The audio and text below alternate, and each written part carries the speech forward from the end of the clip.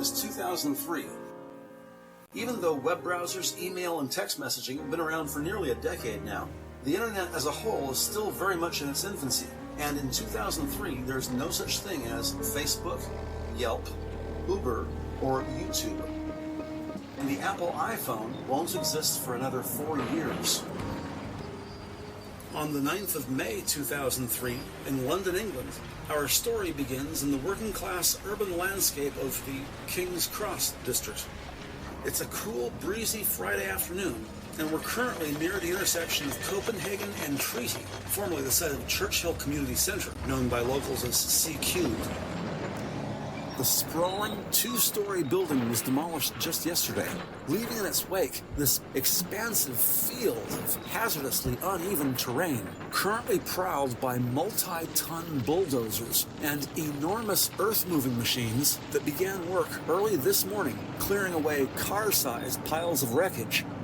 Huge boulders of randomly jagged concrete with sharp protrusions, beneath which a deceptively smooth layer of cement dust shrouding a floor of crisscrossing steel girders. An unpredictable variety of step hazards, to be sure, that mindful workers on the ground navigate as cautiously as possible.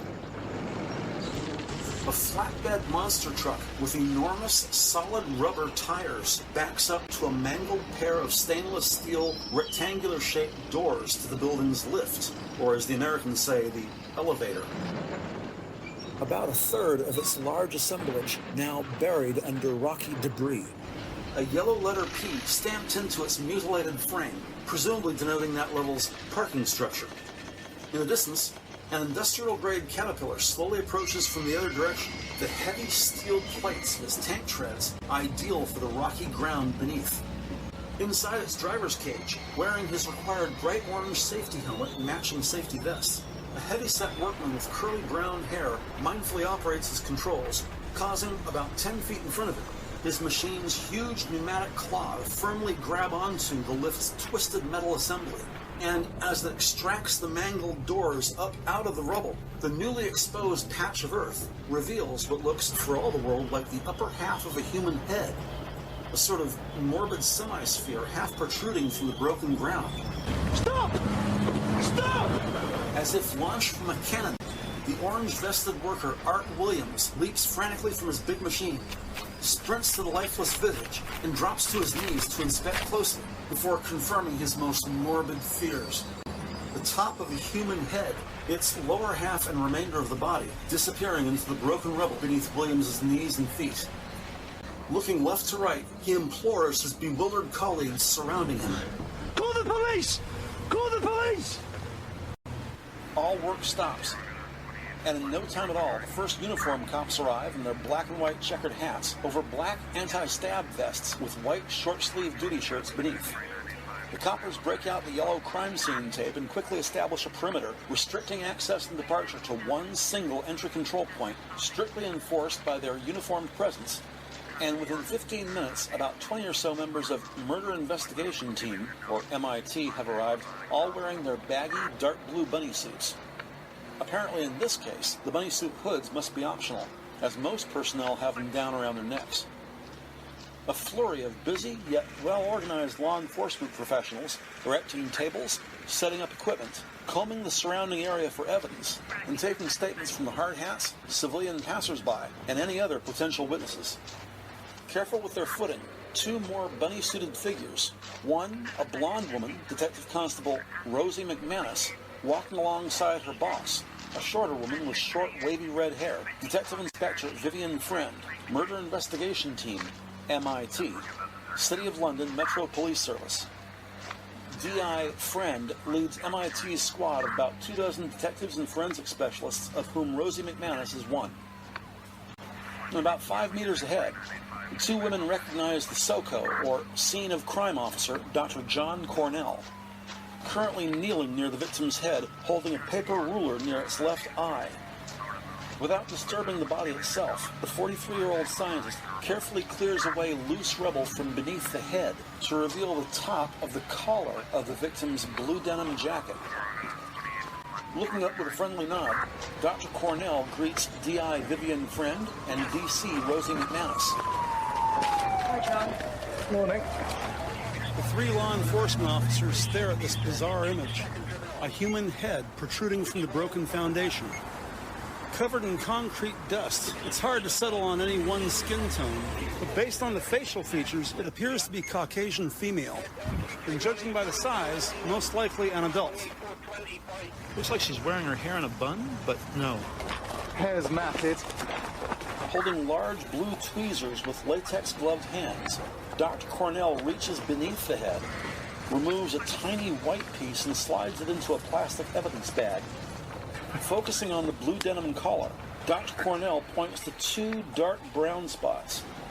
Looks like dog poop. The material underneath is stained with blood. The two women exchange a glance. Obvious conclusion, some sort of head trauma. Cornell removes his flashlight, and as the forensic scientist points his tiny torch beneath the cadaver's head, See, the presence of blood indicates coagulation hadn't taken place.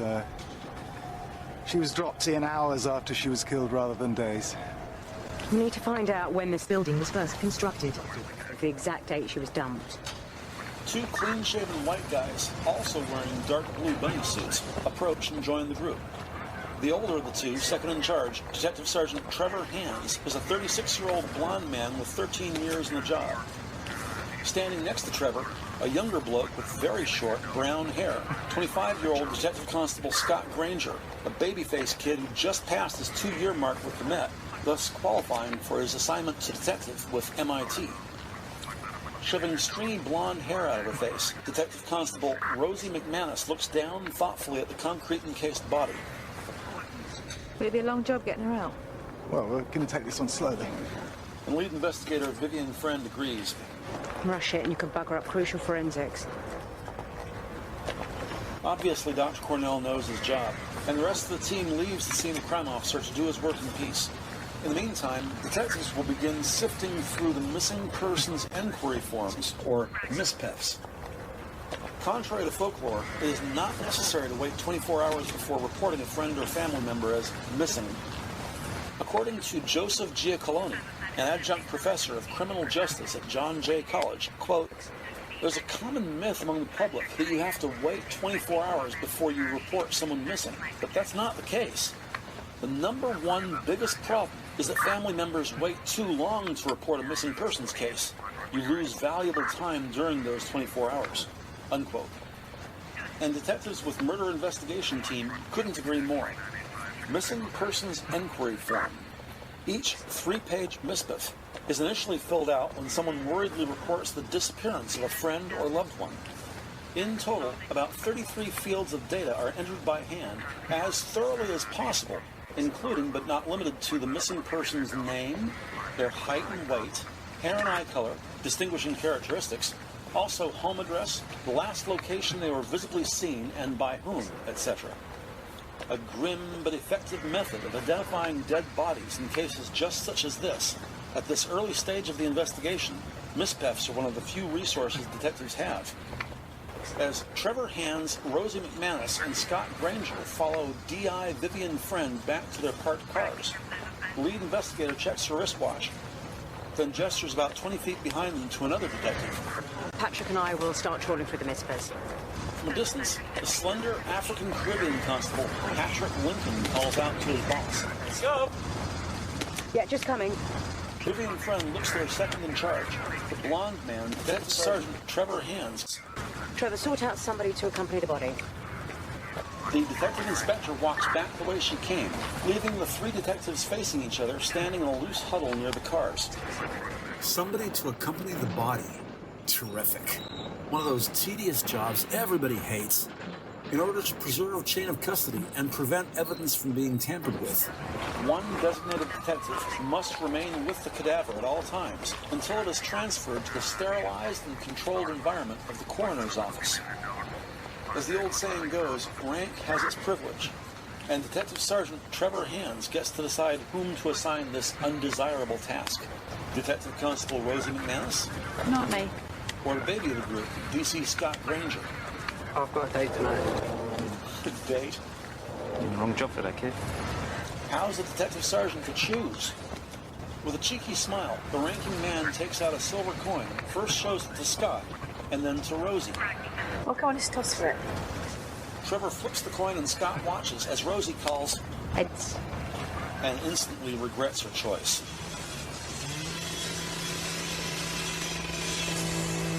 Evidentiary chain of custody. And 2 hours later, after most have gone home, Detective Constable Rosie McManus, always within view of the body, observes as heavy machinery continues its task of meticulously picking away at the surrounding concrete with surgical precision, taking its time under the watchful eye of forensic specialists, careful to avoid damaging the body. About 20 feet away, DC Rosie McManus zips up her jacket and finishes her dark chocolate granola bar, also known as dinner. Night has long fallen, and finally, by the time the body is back at Pembroke House Coroner's office, it's just after 10 p.m. Rosie will need to be here tomorrow anyway, so rather than make the 45-minute drive home, she finds an empty office, locks the door, and gets a few hours sleep there at the coroner's office.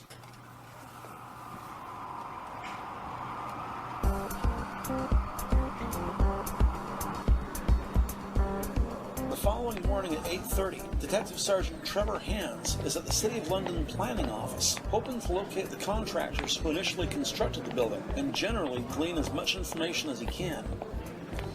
During this time, across town at the Pembroke House Coroner's Office, second floor, DC Rosie McManus, wearing a large white smock over her street clothes, is now standing in the brightly lit autopsy room, waiting for Dr. Cornell to begin his preliminary exam of the dead woman pulled from the rubble yesterday, now lying on a stainless steel gurney. Meanwhile, back at New Scotland Yard, headquarters Metropolitan Police Service, affectionately known as the Met. On the fourth floor of the southernmost building, the Robert Peel Wing, murder investigation team has scant information to go on. To the casual observer, M.I.T. resembles your average open-area workspace, a spread-out administrative area in which overhead fluorescent lights illuminate an array of state-issued metal work desks, overfull file cabinets, and blue-gray indoor-outdoor carpeting made by prisoners using recycled materials. Every so often, one of the building's multiple structural pillars, decorated appropriately for its workspace environment, the nearest of which sporting a large battery-operated analog clock mounted high enough to be seen from afar, its clearly legible black numbers against a plain white background, all swept slowly and reliably, once a minute, by a thin, red seconds hand. Beneath the clock, outlined randomly with annotated sticky notes, this month's calendar of May 2003, alongside a quick-release fire extinguisher inside its own housing with a glass door, all of which recessed into the pillar. There's a small metal trash can just left of the column, and the standing wooden coat rack on its right is apparently used by at least 3 people. As with many offices, for one reason or another, the Xerox machine is located in the break room, in this case next to the refrigerator, where there's also the usual microwave, sink, and coffee pot. And in the corner near the window, a media cart with a combination videocassette DVD player beneath a humongous TV set, which is cable ready but currently unplugged. Outside the break room, on the far side of the 4th floor, there's a water fountain between 2 lifts, all of which are between 2 large, heavy doors made of polished wood, each with a vertical rectangular wire mesh window at head level above the door's pull handle. The wooden door on the left leads to the building's stairwell, and on the right, the other door leads to a living bridge which connects to the next building over, the Henry Fielding Wing. In this expansive open-area workspace, the less glamorous side of detective work, as 10 or so busy people work the phones, check local records, and generally try to learn of anyone over the years who had gone missing in the vicinity of that recently demolished building. Gone are those baggy dark blue bunny suits, and here on the 4th floor, standard office attire is business casual, sleeves rolled up, neckties optional. Facing each other, sitting at opposing desks, the 2 rookies, Detective Constables Scott Granger and Patrick Lincoln, MIT's salt and pepper shakers, are reading from a huge stack of missing person inquiry forms, or MISPEFs. Separating there are 2 desks, a sovereign border designated by a tape dispenser, a large 3-hole punch, a stapler, a Manchester United Stein containing scissors, pens, a ruler, and a large letter opener, finally ending with their huge cathode ray tube PC monitors positioned back-to-back taking up about a third of each desk. Across the floor, over near the double lifts, an enormous whiteboard dwarfs the short woman who reads attentively from her clipboard. Holding a dry erase marker in the other hand, Vivian Friend raises it high up and begins printing information on the upper right-hand corner. For this 5'6" detective inspector, it is a reach, but as usual, Vivian can manage. Just then, a very upbeat Detective Sergeant Trevor Hand steps off the lift with his right arm extended out, pinching the corner of a huge paper survey map, which hangs down to his knees as he walks over to Scott and Patrick's desk. Seeing this, Vivian camps her dry erase marker and walks over to join him. As if laying out a tablecloth, he drapes the enormous map across the two desks, partially covering the big monitors. Trevor points confidently at a specific location. The guys at the planning office say a community centre was built there in May 3 years ago. 3 years ago? London has buildings that are literally hundreds of years old, but here they destroy a perfectly good building? Why would a building something new if the estate was always going to be pulled down? Different departments. The left hand don't know what the right hand's doing.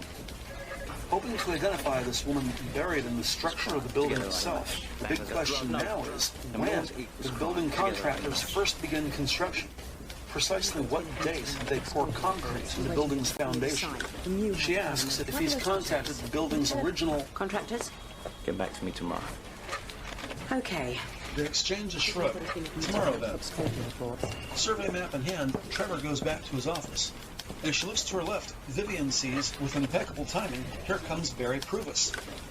Quiet demeanor, wire-rimmed glasses, clean-shaven white guy with brown-gray hair. Barry is the only man in a coat and tie, sort of black and gray monochrome chameleon who blends into the background. Moreover, Barry Pruvis is the sergeant in charge of the missing persons enquiry forms. Although more specifics will become available, as far as the missteps are concerned, at this early stage of the investigation, Vivian distills exactly what she needs from Barry. Women possessing denim jackets missing before 2000. That narrows it down a bit. The two exchange a friendly nod, and Detective Sergeant Barry Pruvis departs, opting for the stairs instead of the lift.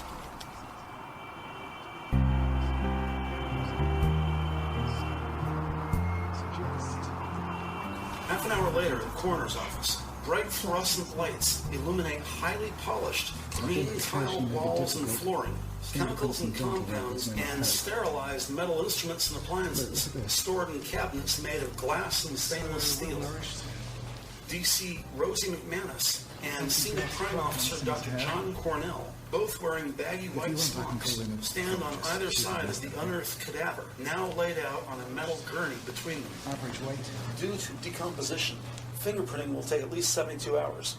In the meantime, the cadaver's clothing, underwear, shoes, and accessories have all been sent down to the Blue Room, where they'll be DNA matched to tissue samples from the ear and calf.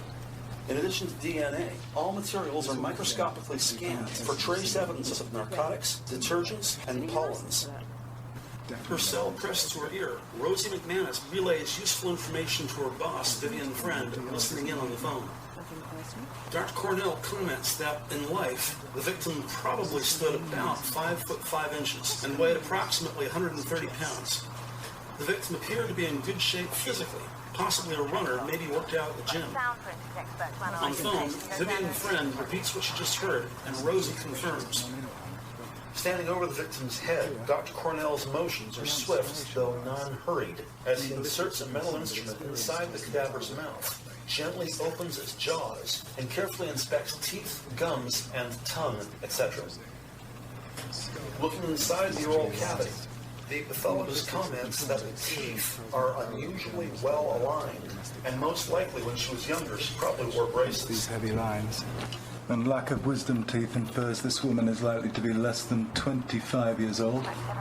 Quickly changing hands, Did you get that? Rosie moves her cell phone to her other ear.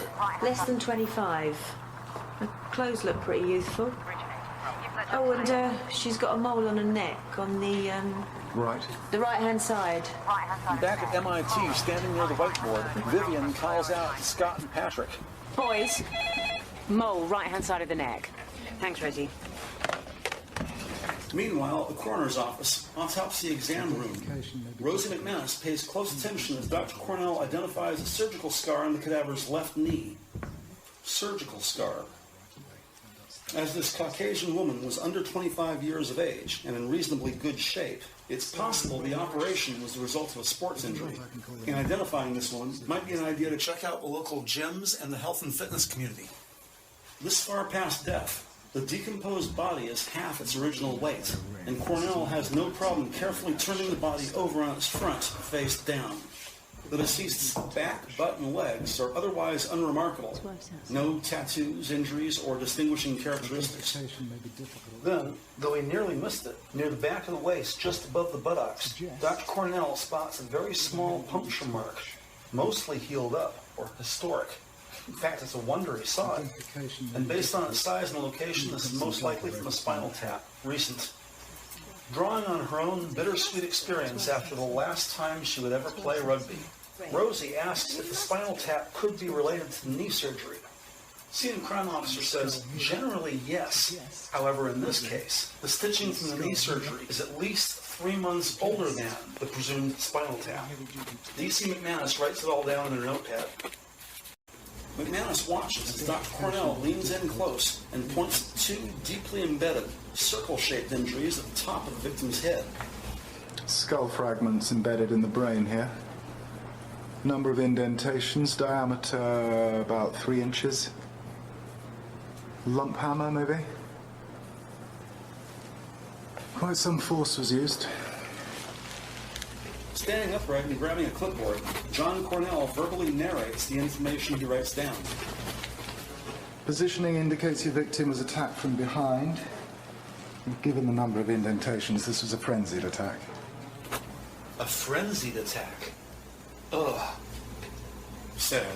And Rosie looks down at the ill-fated woman, now laying on her front, hands at her sides. Then, noticing the victim's left hand, Rosie points to 4 cuts across the top of its wrist. What about these? Defense wounds? And looking up from his clipboard, he thoughtfully regards the 4 straight lines across the decayed flesh. Unlikely. The healed scars quite fine, not too deep. Dunno. Craft knife? Carpet cutter, perhaps?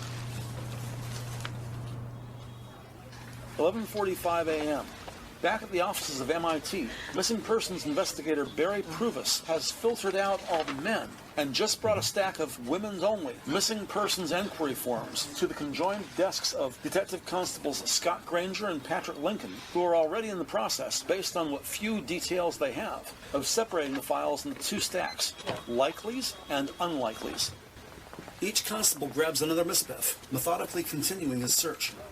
Patrick's first glance at the face image shows a blonde woman with gaudy lipstick and mascara, slightly out of focus, presumably based on a long shot from which the girl's face was cropped. Missing person's name, Julie McClintock, 5'5", 160, last seen wearing a blue windbreaker. Oh, age, 66. Never mind. With a slightly frustrated sigh, the 26-year-old puts the misbev back into the document cart's lower basket, the unlikely files, to be returned to the missing persons office upstairs, and Patrick grabs the next file in line. On the far side of his desk, his colleague Scott Granger looks at the face pic of a white woman with short brown wavy hair. Missing person's name, Louise Schoaf. 5'7", 140 pounds, 22 years old, good. Yeah, but no mention of any blue clothing nor any mention of a mole on her neck. Still, close enough for jazz, and Scott puts the Louise Schoaf misdeath into the stack of likelies. The phone rings and Patrick picks up. Hello. Yeah. Cupping the receiver to his palm, Patrick looks around the room and spots his boss writing on the whiteboard. Got. Yep. Rosie, line 1. Okay. Reaching for the nearest desk phone, Vivian jabs line 1 and lifts the receiver. Rosie. Rosie McManus reads from her notes. A stitching scar on her left knee, possibly a sporting injury. Okay. Oh, and a historic puncture mark on the base of the spine. It's tiny, but given its position, it could have come from a spinal tap. Okay, thanks. Surgery. Any misfit that's undergone hospital treatment? Hospital treatment. That rings a bell with Scott Granger. who grabs a stack of likelies and starts thumbing through the various name tabs one by one as Vivian begins walking towards his desk. The young constable spots a specific file, pulls it out, opens and starts reading. Then looks up at his boss. Scott extends his arm, handing his boss the open file. Thanks. Vivian takes it from him and begins reading Missing Persons Enquiry Form 154-2000. Name, Lucy Seabrook. Age, 19. Clothing, blue denim jacket, dark blue jeans. Surgery on the left knee. Whoa. And with a friendly smile, Great Scott hands the file back to him and asks him to run a furtherance and follow-up F&F on 154-2000. In accordance with an office protocol to which he is new, Scott makes 2 full-color copies of the 3-page misspec. He then separates page 2 and faxes it to the forensic odontologist, Emery Chandra, for confirmation. Next, Scott returns the original misspec upstairs to Barry Pruvis and Missing Persons. Then with 2 copies in hand, he takes the lift back down to M.I.T. When he sees Detective Sergeant Hands out of the office, Scott puts a copy in Trevor's inbox before walking down the hallway and hand-delivering the second copy to Vivian about 10 minutes after they had just spoken at Scott's desk. Now alone in her small office, sitting at her own desk, Vivian looks at the tiny face image in the upper right corner of the missing person, Lucy Seabrook. Caucasian, a brown-eyed college student crowned with auburn red hair and a tightly curled perm which hangs just down to her neck, framing a round, clean-scrubbed face free of lipstick, mascara, and makeup. Vivian feels a wave of confidence, certain this is the woman they pulled from the rubble just yesterday. Lucy Seabrook. Lucy Seabrook. Vivian starts to remember. Lucy Seabrook was a child cancer survivor, so happy to have lived. As a young girl, she went on to do charity work for hospital. Cross-country cycling for charity, sponsored by local friends and family members. Got her name in the news, yes, and sure enough, under references, it says video cassette FA 154-2000 of press appeal, local news. A press appeal. So somebody missed this woman. The victim was single, so there's no husband to interview. Also under references, OI pound 154-2000. Just after this misspec was filled out, coppers opened an original inquiry. So if the single 19-year-old had a boyfriend or a girlfriend, they should have a name on file in the OI. After 3 years, if it still exists. As she gets up to leave her office, the tall man standing just outside her door is her immediate supervisor, Detective Chief Inspector Malcolm Savage. Getting somewhere? Yes, sir. This is looking very likely. It's 19-year-old Lucy Seabrook. She hands him her copy of the misspec. He puts on his glasses and reads the file's contents as they walk down the hall toward the open-area office space. She could be our victim. She went missing, what, about 3 years ago? Yeah, that's right. The name Savage might be a bit ironic for this tall, thin Englishman smartly dressed in a dark gray pinstripe 3-piece business suit. A tiny gold chain suggests an accessible timepiece in the pocket of his vest. A few years older than Vivian, seemingly twice her height, but in fact, Vivian's about head level to her boss's red tie. Wasn't there a lot of publicity at the time? Yeah, she was a leukemia sufferer as a child. Went into remission after treatment and was cured. She then turned her hand to fundraising as a thank you to the hospital. She raised $1 million over 8 years. In the center of the 4th floor, Vivian raises her hand, gestures for all to come close, corralling her team for an impromptu meeting, as her boss, the tall man, Malcolm Savage, closes the file and hands it back to her. As the crew assembles, DC Scott Granger whispers something to Rosie McManus, who flips open a notebook and writes down, Victim Lucy Seabrook. Her parents did that high-profile appeal. Vivian turns to face Missing Persons Detective Sergeant Pruvis. Barry, did the original inquiry look at family connections? Uncles, cousins? Philip Seabrook's no family to speak of, brought up in care. Celia's family now live up north and visit yearly. Still holding a notebook, Rosie writes down parents, Philip and Celia. Gesturing with misspec, Vivian says at the time of death, the victim, Lucy Seabrook, was single. What about a boyfriend? Parents didn't seem to think she had one. Same with the university friends. Holding her notebook, Rosie writes, parents, friends say no boyfriend? ? Barry Pruvis shows Vivian an 8.5 by 11 glossy photo of their victim, Lucy Seabrook, indoors, standing with a tall blonde man with a mustache. Same with the university friends. The original investigation failed to identify this man. In the picture, Lucy Seabrook and this mystery boy, both standing over the green felt of a pool table. a dimly lit environment, presumably a billiards hall, each young adult holding a pool stick comfortably gripped at shoulder level. Rosie considers the blonde man's appearance sort of a nondescript white bloke with a mustache, and in her notebook she writes IC1, the police identity code for Caucasian Northern European. In the picture, the victim, Lucy Seabrook, appears comfortable in his presence, friends at the very least. Now, if they can just find this IC1. In her notebook, next to the phrase, no boyfriend, Detective Rosie McManus writes, mystery boy? ? She watches as her boss, Vivian Friend, stares at the photo, then hands it to her boss, who considers the image thoughtfully. For a moment, Rosie thinks about what Barry Pruvis just said. The original inquiry failed to identify this man. Maybe not. DCI Savage hands the picture back to Vivian. But I've got every faith in you people. Good luck. Thank you, sir. Then departs toward the lift as detectives begin researching their confirmed 19-year-old victim, Lucy Seabrook. Then, like a magician who's just reached into his top hat, and with appropriate flourish, Detective Sergeant Barry Pruvis presents a videotape. I've got a copy of the press appeal from when she went missing. Great. Let's have a look at it. In the meantime, Trevor Hands expecting a phone call from building contractors, and a 38-year-old detective sergeant steps into his office as Vivian, Barry, Rosie, and Scott all file into the break room to watch the press appeal of the missing woman's parents, Philip and Celia Seabrook, begging for the public's help in finding their missing daughter, Lucy. A white couple, their exact age will be on file, but they appear to be about 50 years of age. He might be a little older than his wife, but they're exhausted, and it's hard to be certain. They both wear wine-color polo shirts. The mother, Celia's, is a wee bit big on her. Compassionately, he sits with an arm around the shoulder of his traumatized wife, her head down and pressed against his chest, both trying as best they can to be clear and informative in their message. As the 60-second press appeal nears its mournful end, a distraught Phil Seabrook is currently saying his 19-year-old daughter, Lucy, was last seen leaving their pub wearing a blue denim jacket over a black concert t-shirt and dark jeans.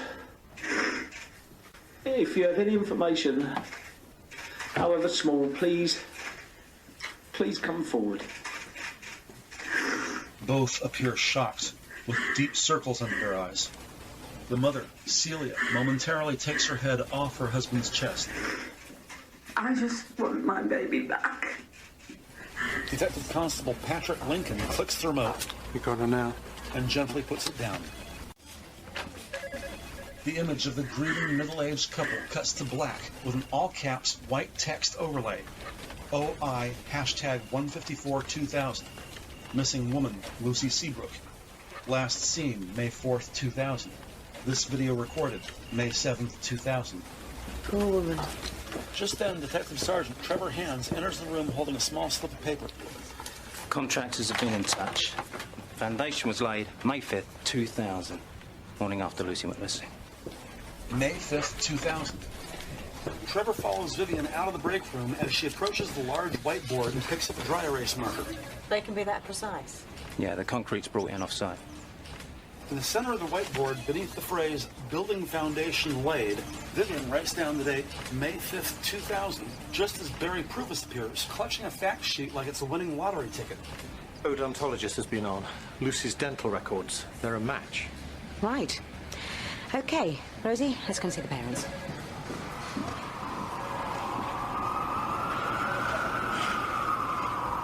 Parents, Philip and Celia, are sole proprietors of the family-owned bar, the Beckwith Pub. Neither Vivian nor Rosie have been there, but as most cops know, the Beckwith is just a block south of Criminal Investigation Division and a favorite among CID staff and investigators. About 20 minutes later, Vivian and Rosie walk beneath wine-colored awnings as they enter a fairly spacious and brightly lit Beckwith Pub.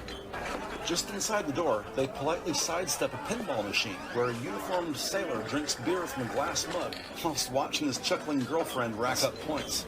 Then further over to their left, 3 men playing darts near the window. A rich combination of smells wafts about the room, most prominently beer, cigarettes, and fish and chips. Like most bars, fashion and formality run the gamut of all extremes. Just in their regular office attire, the 2 detectives fit right in. And when the only waitress in sight gives them a friendly greeting. Who are dealing with, my loves? They immediately recognize Celia Seabrook from the videotape back at M.I.T, and quietly, Rosie confirms. Mrs. Seabrook. Then, as any customers would, Vivian and Rosie cross the room, then stand at the bar politely waiting to be served, each woman casually resting an elbow against faux mahogany, pleasantly taking in this upbeat and familial ambiance typical of British pubs. Behind the bar, stuck to the wall, Vivian spots a bunch of newspaper clippings and family pictures, posted conspicuously at eye level. A thoughtfully compiled biography documenting various ages of the brief and productive life of amateur cycling's charity fundraising champion, Lucy Seabrook. Local girl Lucy Seabrook beats leukemia. Lucy Seabrook, aged 4, has finally won her battle against leukemia. After nearly 2 years, this brave young girl can at last see the light at the end of the tunnel. Next to this clipping, a colored glossy photo of Christmas morning. A tiny 5-year-old girl, her head nearly engulfed in a joyous storm of red auburn hair. Delighted as she unboxes the bright pink packaging of her new Play School Major Morgan the electric organ. Another article, Lucy does Land's End to John O'Groats in record time. 12-year-old Lucy Seabrook seems to be an unstoppable force. Over the past 5 years, little Miss Seabrook has raised nearly £60,000 for various cancer charities. If she keeps going at this speed, she'll be up to £1 million before not too long. Another black and white newspaper picture. Lucy is a tween, maybe 13 years old, give or take. Her triumphant smile rising up from the bronze medallion which hangs from the white ribbon she wears around her neck. Immediately behind her, a delighted 30-something Phil Seabrook lights up the house with that unique pride seen only in parents and grandparents. Another newspaper article, this one framed on the wall next to Vivian's shoulder, highlights Lucy's teenage years, and the detective inspector recognizes its black and white image from the color version seen in her missing persons file. The by now familiar face, clean scrubbed with no makeup, Lucy at about 17 wearing a white jersey with her black cycling helmet wedged under the crook of her arm. Here, now, standing at the bar, Vivian and Rosie observe the mother, Celia, working her business and keeping the customers satisfied. Turns out she had no gap reflex and a trick pelvis. The pub owner then steps behind the bar and approaches these two women who are waiting. Now, you two look like the gin and tonic types. Detective Constable Rosie McManus Mrs. Seabrook. takes out her badge and police ID. Mm-hmm. I'm DC Rosie McManus, and this is DI Vivian Friend. Celia Seabrook's smile is gracious. Ah, you must be new. We know all the faces in CID. We're from the murder investigation team. Murder investigation team. In this context, what a ghastly phrase. Celia's body movement stops, and her expressionless face falls into a dead-eyed stare. She swallows, then pleads for help.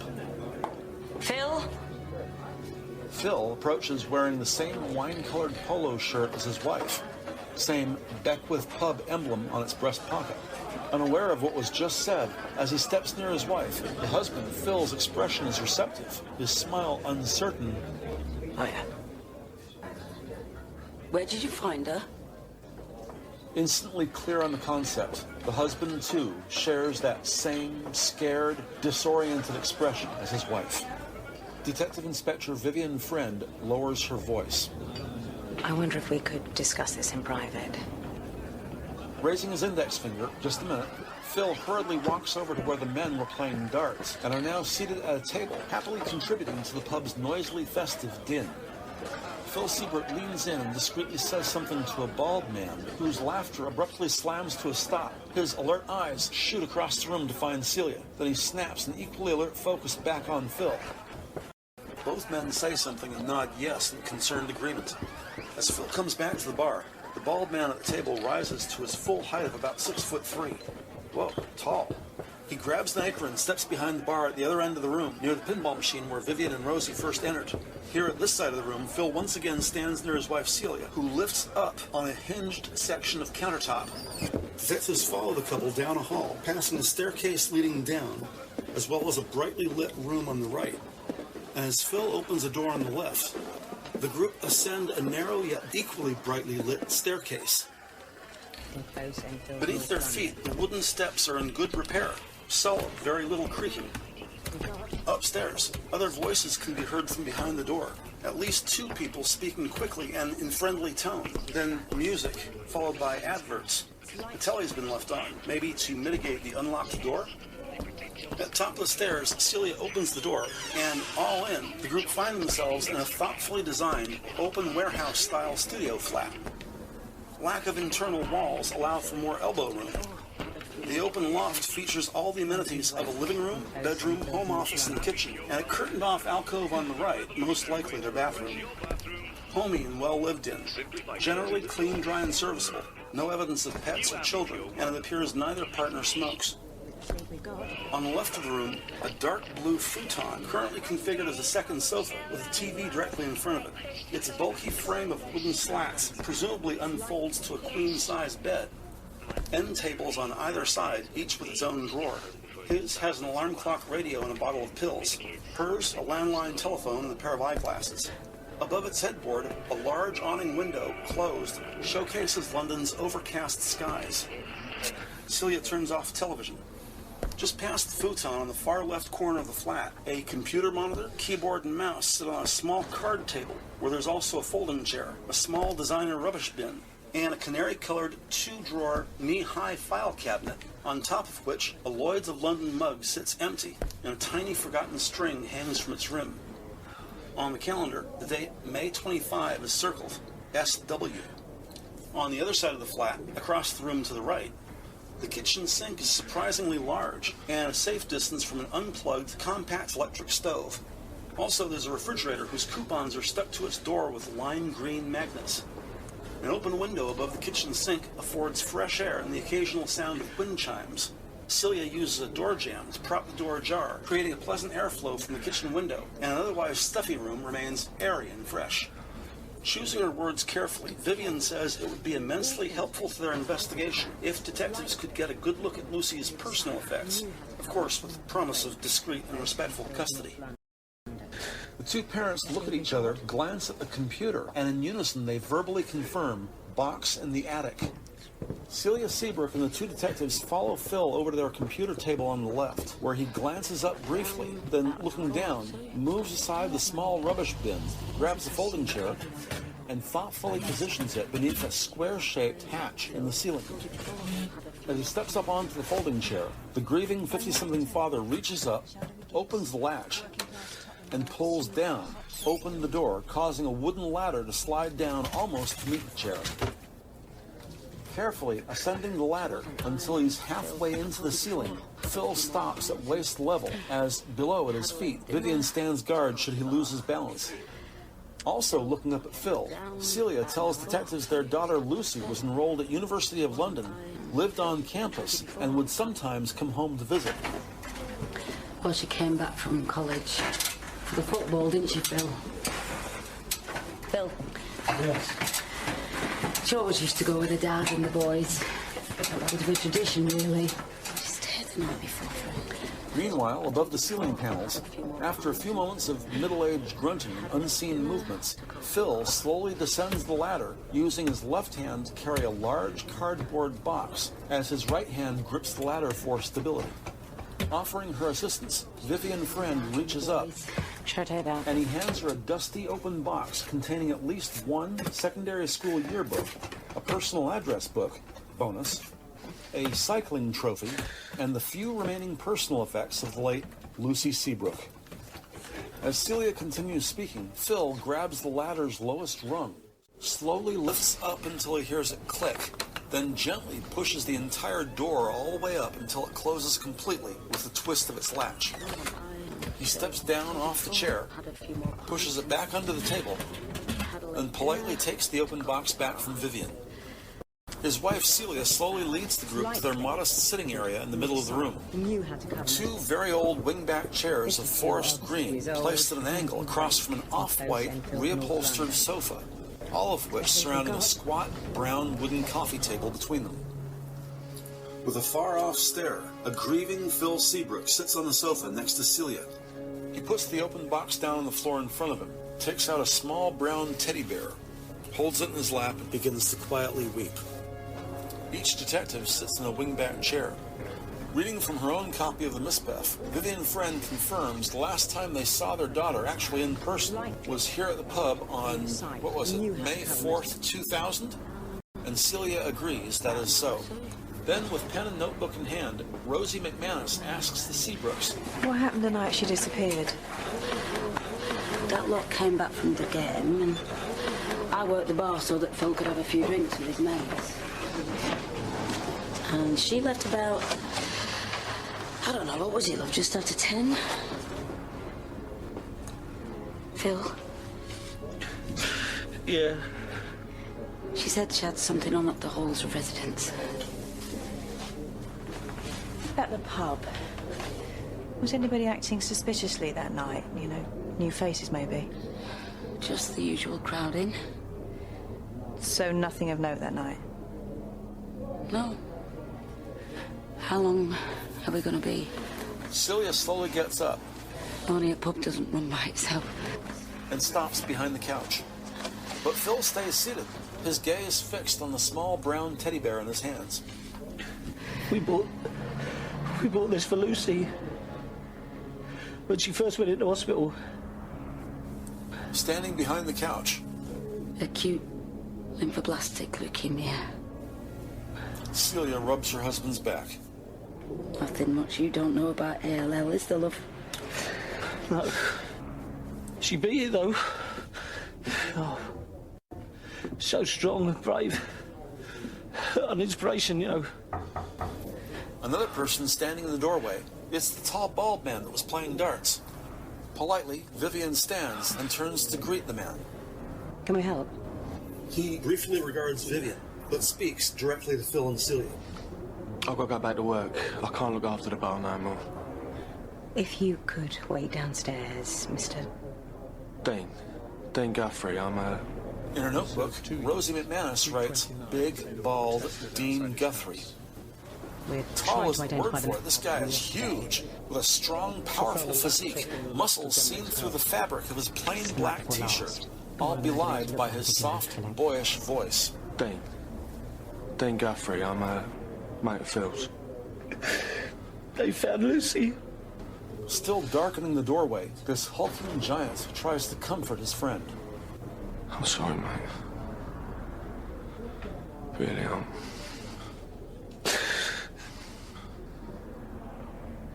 When can I have her back? She's been on her own.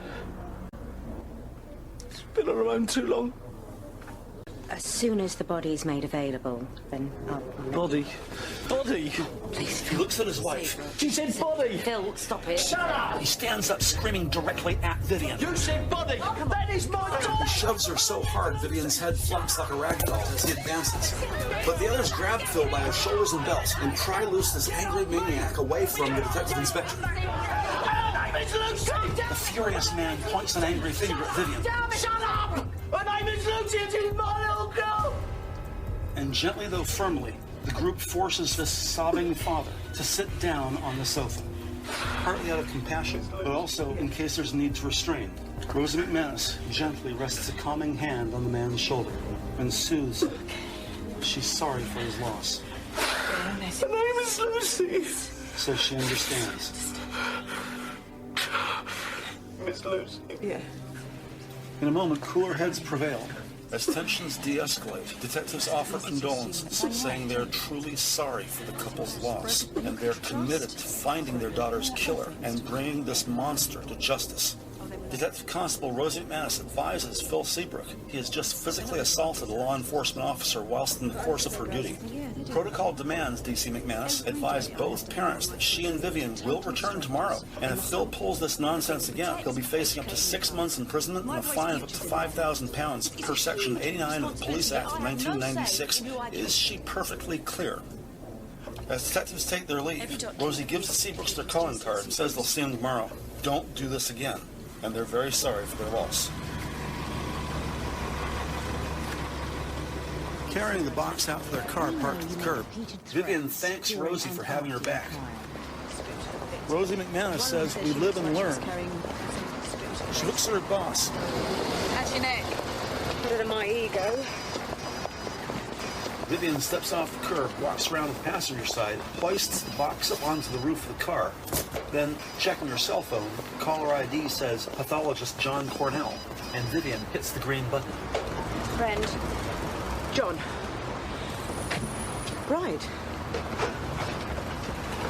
During this time, Rosie reaches across the roof of the car, grabs the box, and puts it in the back seat. Okay, thanks for letting me know. The pathologist found bones from a fetus. Lucy Seabrook was pregnant. So, 19-year-old Lucy Seabrook was pregnant. Vivian gets in the passenger seat, but Rosie, still standing curbside, looks in at her boss and says so long as they're here anyway, they may as well tell the Seabrooks. But her boss says no, now's not the time. And dutifully, Rosie gets in the car, and the two drive back to M.I.T. This does not sit right with Rosie, and by the time they get back to the office, the subordinate still disagrees with her supervisor.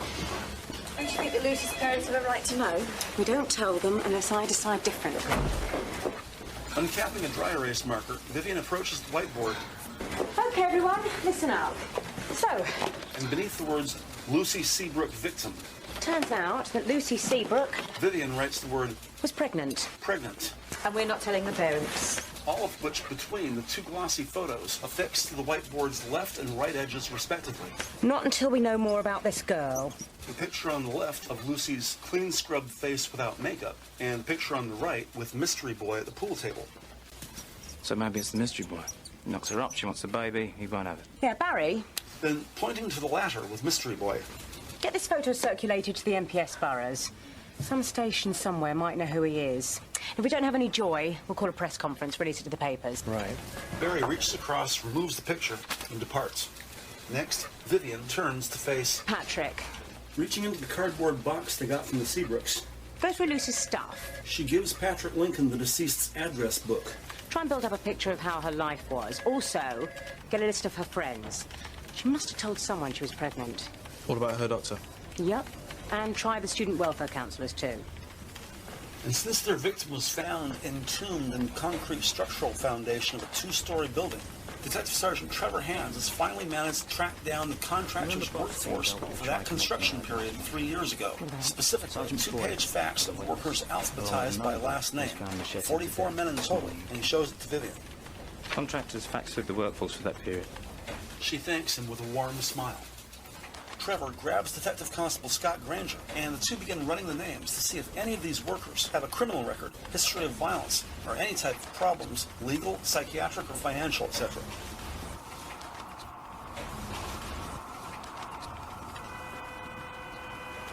Weekends are never long enough, especially in the first phase of an investigation. 2003, May 12th, Monday morning, 7:45 a.m., downtown London. What was pea soup morning fog has mostly dissipated as a double-decker bus, Route 24, gradually zigzags its way south on Charing Cross Road. Inside the bus's lower level, seated facing forward in a seat nearest she could find to the bus's rear exit, Detective Inspector Vivian Friend enjoys the one relatively quiet part of her day, her morning commute. A few pleasant moments in which Vivian can devote herself to happily mindless daydream. Looking out the window up ahead to her left, St. Martin in the Fields never fails to amaze Vivian. Its stratospheric clock steeple effortlessly stretching up into the heavens, towering high above its behemoth Anglican church below, with its 6 enormous 2-story pillars where, at its base, the flat rectangular cement steps lead down to that nicely wild cacophony of the city rush hour. At the top of the steps, one bloke wearing black jeans sits cross-legged with his back against the pillar, contemplatively taking in the world at his leisure. And as the bus comes to a stop, Vivian tries to imagine from this man's perspective how it must all look, the city, streets, pedestrian traffic. Usually this is about where she takes out her cell phone and checks for messages, and now she does just that. 0622 from Christopher Dabrowski. Message. Oh God, Vivian, you poor thing. You must be devastated, as are we. Erica and I both agree you should come stay with us a few days. Billy's in Afghanistan, you can take his room. But if you'd rather not, we certainly understand. Just know if there's anything we can do, anything, please do call on us at once, dear. You are truly in our prayers. Much love, Christopher and E. Gently, she touches the screen and thinks about her father, Graham. She looks at the date stamp, 2003, 5/12 at 06:22 GMT, just over an hour ago. She looks at the battery level, 62%. Will turning off the date stamp save battery power? Could leaving it on use more battery power? How does one turn off the date stamp? Then she snaps back to reality, looks at her phone, clicks Compose, selects Rosie McManus, and begins typing, "Hi, Rosie. First thing this morning, Beckwith Pub. You and I interview Phil and Celia Seabrook. I will be at office in about 10 minutes. Please have everything ready so you and I can leave together as soon as I arrive. Cheers, Vivian." She takes a moment to reread her message, then hits the green button, Send, just as her bus begins skirting the east edge of Trafalgar Square. She looks out the windows to her right to see that equestrian statue of King George IV, cloaked in Roman attire, seated bareback on his horse, standing calmly on all four legs.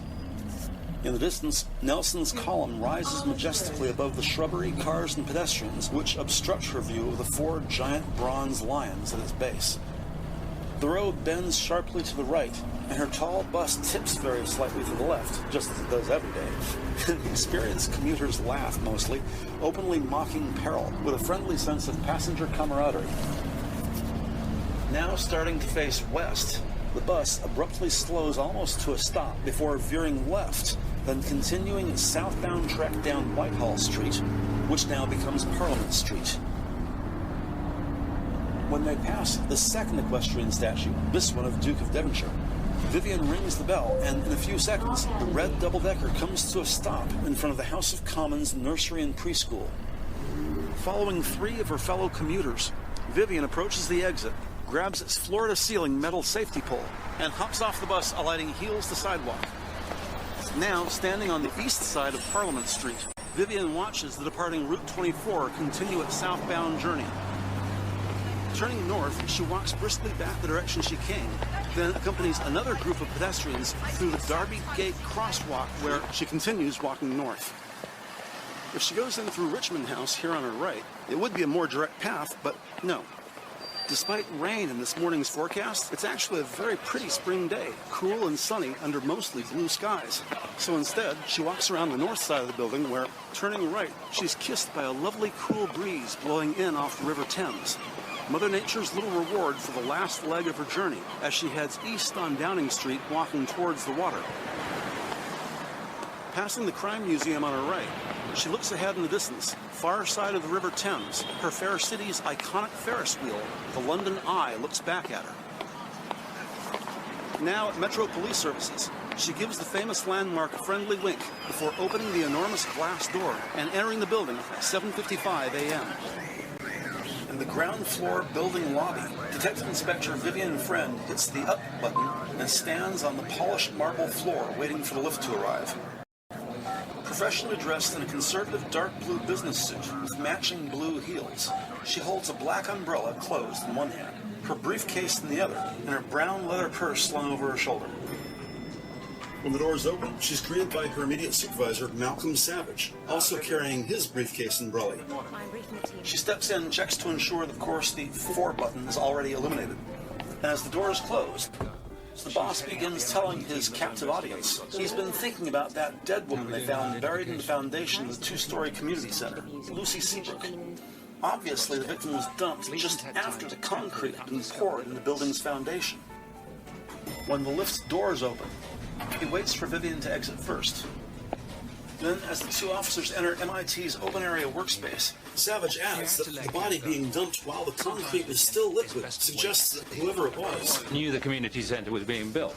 Implies either local knowledge or a professional association with the site. That's right, so we are on to it. Trevor? Yeah? How do you think that contractor's list of employees?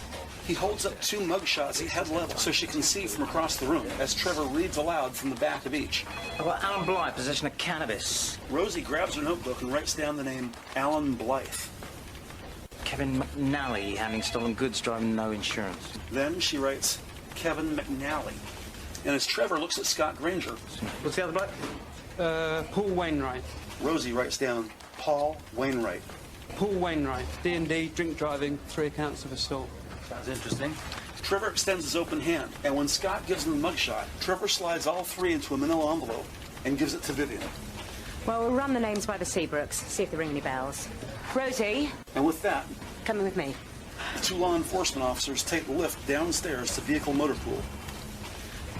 Meanwhile, at University of London, Detective Constable Patrick Lincoln reports in at the registrar's office, where he presents his badge and credentials, officially introduces himself, and explains to the clerk he's investigating the year 2000 death of one of their students, Lucy Seabrook.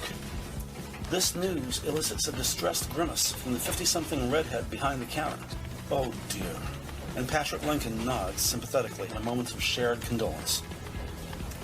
Administrative Clerk 3, Holly Gubbins, tells Patrick she's well acquainted with the case of the girl's disappearance, but Gubbins has only worked at this campus for the past 5 months, and she never actually met the poor girl in person. The good news is, the registrar keeps records here locally for over 5 years, and Holly Gubbins is able to provide D.C. Lincoln with Lucy Seabrook's college transcript, dorm info, and NHS vaccinations record just now. Also, a 6-page addendum provided by Campus Safety Police, CSP. As its policy, anytime a student goes missing, Campus Safety Police runs its own original inquiry into the student's disappearance. But of course, in this case, even though the student was never found, university coppers did provide a richly informative digital file on what they did find, including over 200 high-resolution digital photographs of every conceivable angle of her tiny dorm room 116, which is a single-occupant dwelling with a single bed and a tiny simple desk and chair, small closet and smaller window. The lavatory is shared with a student next door, Delia Waterman, and Patrick writes down the name, Delia Waterman, as well as the mobile number on file, which might not be the same now, but at the very least will help to find her. Lincoln puts away his notebook, collects all the documents he's been given, and stows everything in his courier satchel. He thanks Holly Gubbins for all her help, and with the blessings of the registrar's office, the 26-year-old detective begins walking the campus, hoping to find students in the senior class who might have known Lucy Seabrook, and trying to get a basic picture of this student as she was in life. Meanwhile, at the Beckwith Pub, arriving about an hour before the pub is open for business, Vivian and Rosie speak with Mr. and Mrs. Seabrook in the relative silence of an otherwise empty bar. A very contrite Phil Seabrook apologizes for his previous outburst. He is very sorry. It will not happen again. And please, how goes it with their search for Lucy's killer? Vivian says they just found Lucy a few days ago. It's early on in their investigation. Pulling out the large manila envelope, Rosie McManus hands them the mugshot of Kevin McNally. Have they ever seen this man? Phil takes the glossy, regards it thoughtfully, and shows it to Celia. A moment's careful consideration renders only blank head shakes. No. Rosie takes the picture back and exchanges it with the mugshot of Paul Wainwright. Yeah, Paul Wainwright. He used to drink in the bar on a regular basis, didn't he, Phil? Yeah. And the night Lucy disappeared? He was in. Was he? Yeah, I reckon so. In fact, I'm sure he was, because we had words. About what? Just the usual. See, he's okay if he's sober. But if he's drunk, it can get a bit intense. How well did Lucy know Paul Wainwright? As if she's about to be sick, Celia runs across the room. The 2 cops look as confused as Phil, who chases his wife. Celia! As Vivian and Rosie follow cautiously. Celia! At the cash register nearest the kitchen, Celia kneels, pulls out a pastel green plastic storage container, opens its translucent lid, and begins rummaging through an assortment of promotional items bearing the Beckwith Pub name and logo. Those sketches he did of her. Some in plastic bags, some new, some not. Sketches! Where are they? Little cardboard drink coasters, plastic ashtrays, ball pens, keychains, and matchbooks. Cautiously, D.I. Friend approaches behind Phil, and Rosie McManus picks up the rear, instinctively mindful of nearby knives and frying pans. Looking over his wife's shoulder, Phil looks baffled. And victoriously, Celia holds up a cluster of drink coasters.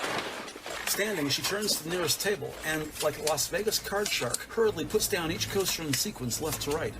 Vivian and Rosie see elaborate and skillful ink drawings of men's and women's faces. A different customer or staff member on each coaster. Then, of course, the face of Lucy Seabrook, which she puts down apart from the others. Wainwright said she had lovely bone structure. Angrily pointing at the image of her deceased daughter's face. The perfect model, he reckoned. He said he wanted to draw a nude. Huh? Phil and Celia tell detectives what little they know about Paul Wainwright. He's an annoying drunken sot. He's been nicked at least once that they're aware of, maybe more. The mugshot stats show convicted offender Paul Wainwright lives at 21 North Down Street, flat 403. It's not good enough. Before they leave, Vivian takes out her picture of Mystery Boy, the taller 20-something man with Lucy at the pool hall. The couple looks at the picture carefully, then shaking heads back and forth to each other, tell police they have never seen this person. So, investigators focus on whom they do know, Paul Wainwright, living at King's Cross, 21 Northbound Street, flat 403. Right. Address in hand, Vivian and Rosie thank the Seabrooks and make trails for Pollard House, King's Cross. It's nice and secluded.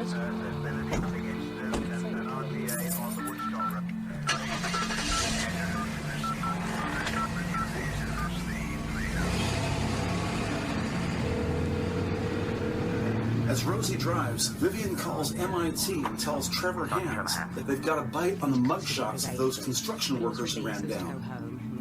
She tells Trevor to run a comprehensive background check on previous offender Paul Wainwright. What's he been up to since his release from Her Majesty's Prison Service? His daily routine, current employment, friends, associates, and especially anyone he might know from the Beckwith Pub. Call DVLA and pound his car so they can run it for DNA evidence. Admittedly, it's a long shot, but if Paul Wainwright drove Lucy's body to the construction site, even though it's been 3 years, it's just possible Lucy's DNA might still exist somewhere in the car. Trevor acknowledges, affirming, good, he's on it. But, Trevor adds, because of 3 years' worth of decomposition, they're still awaiting Lucy's toxicology report, which means they do not yet have the DNA profile to send to NDNAD. With a frustrated sigh, Vivian asks how long. In this case, it'll probably take an extra 12 to 18 hours. After wrapping up her phone call with Trevor, Vivian then puts in a call to the National DNA Database, or NDNAD. She waits a beat, then enters the phone extension of Jim Daws, Murder Investigation Team's liaison at the database. Sitting shoulder to shoulder, Rosie can't help but hear Vivian's side of the conversation.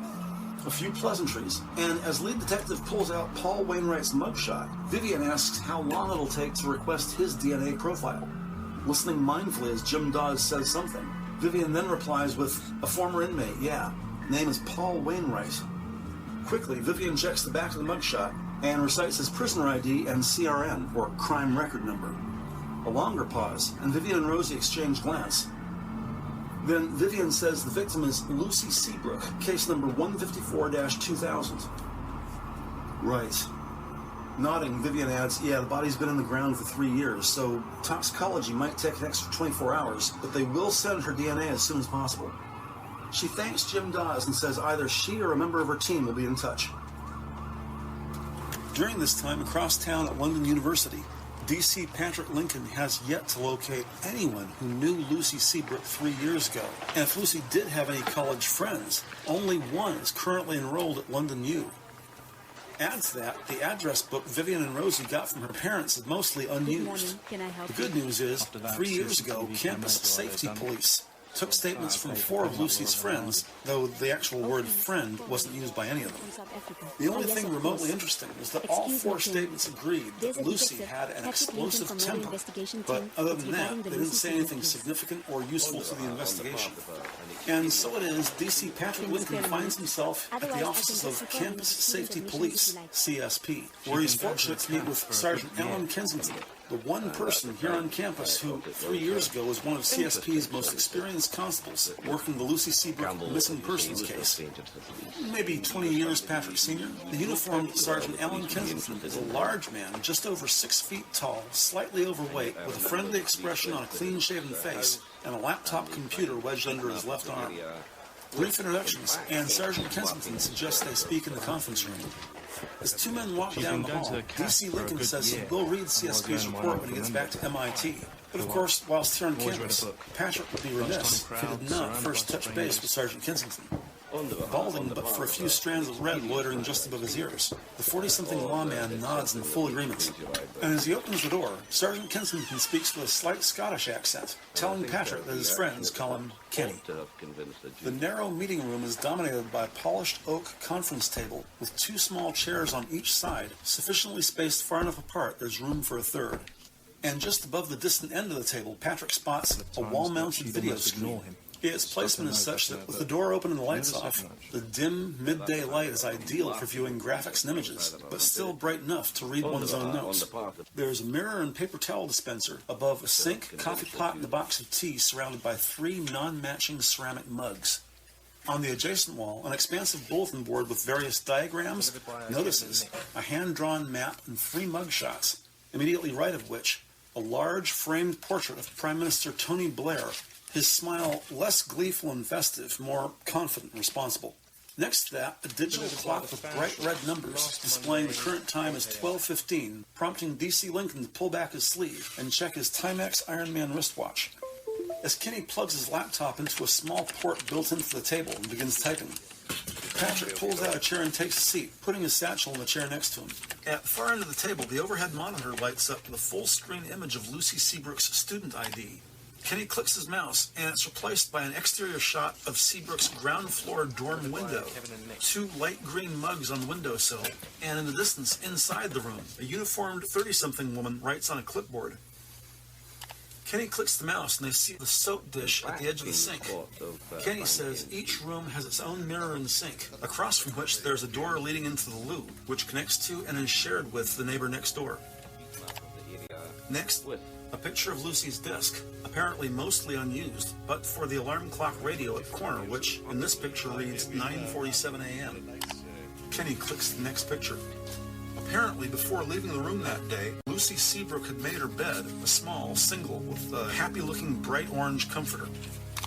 At the foot of the bed, under the bed, a very formal-looking pair of black 2-inch heels, alongside a pair of white trainers, then an expensive-looking pair of gray running shoes. The next picture is of an open pizza box with a small paper satchel of mozzarella cheese and 3 discarded pizza crusts. Just 3 crusts, that's all? Why not all the crusts? So maybe some other diner did eat the crusts.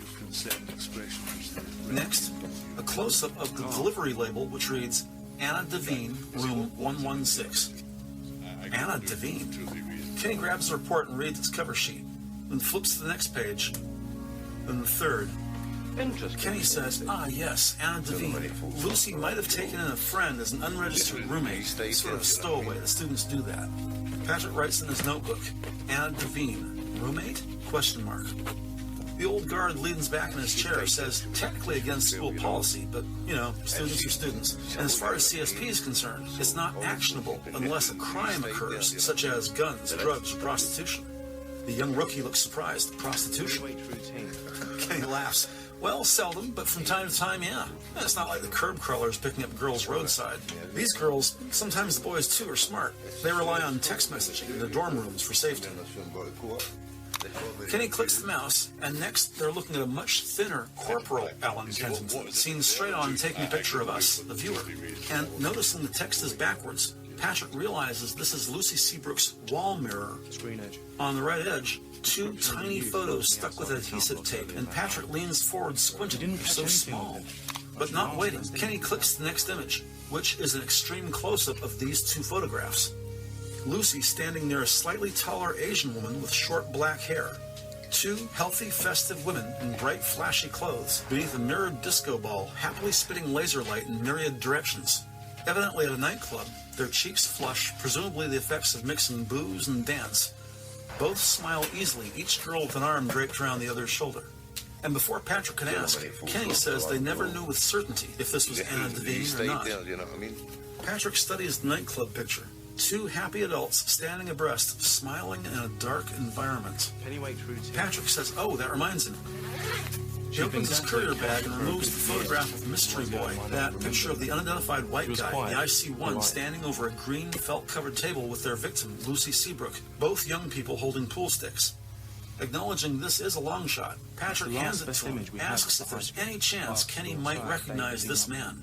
And after a few seconds of looking at the picture, the uniformed sergeant shakes his head. No, sorry. Asks Patrick, what, is he a witness? Patrick nods his head, says they do want to question him, yes, but currently they have no idea who this person is. Still holding the picture, Kenny takes a second look. Says he doesn't recognize the bloke, but he's pretty sure the location is Checkers. Checkers? Kenny nods affirmation. Yeah, Checkers. It's a billiards hall video arcade, north side of campus, just as you enter the King's Cross district. Regarding Lucy Seabrook and this stowaway roommate, Anna Devine, Kenny says they did notice that with only one small bed, presumably the two were romantic partners.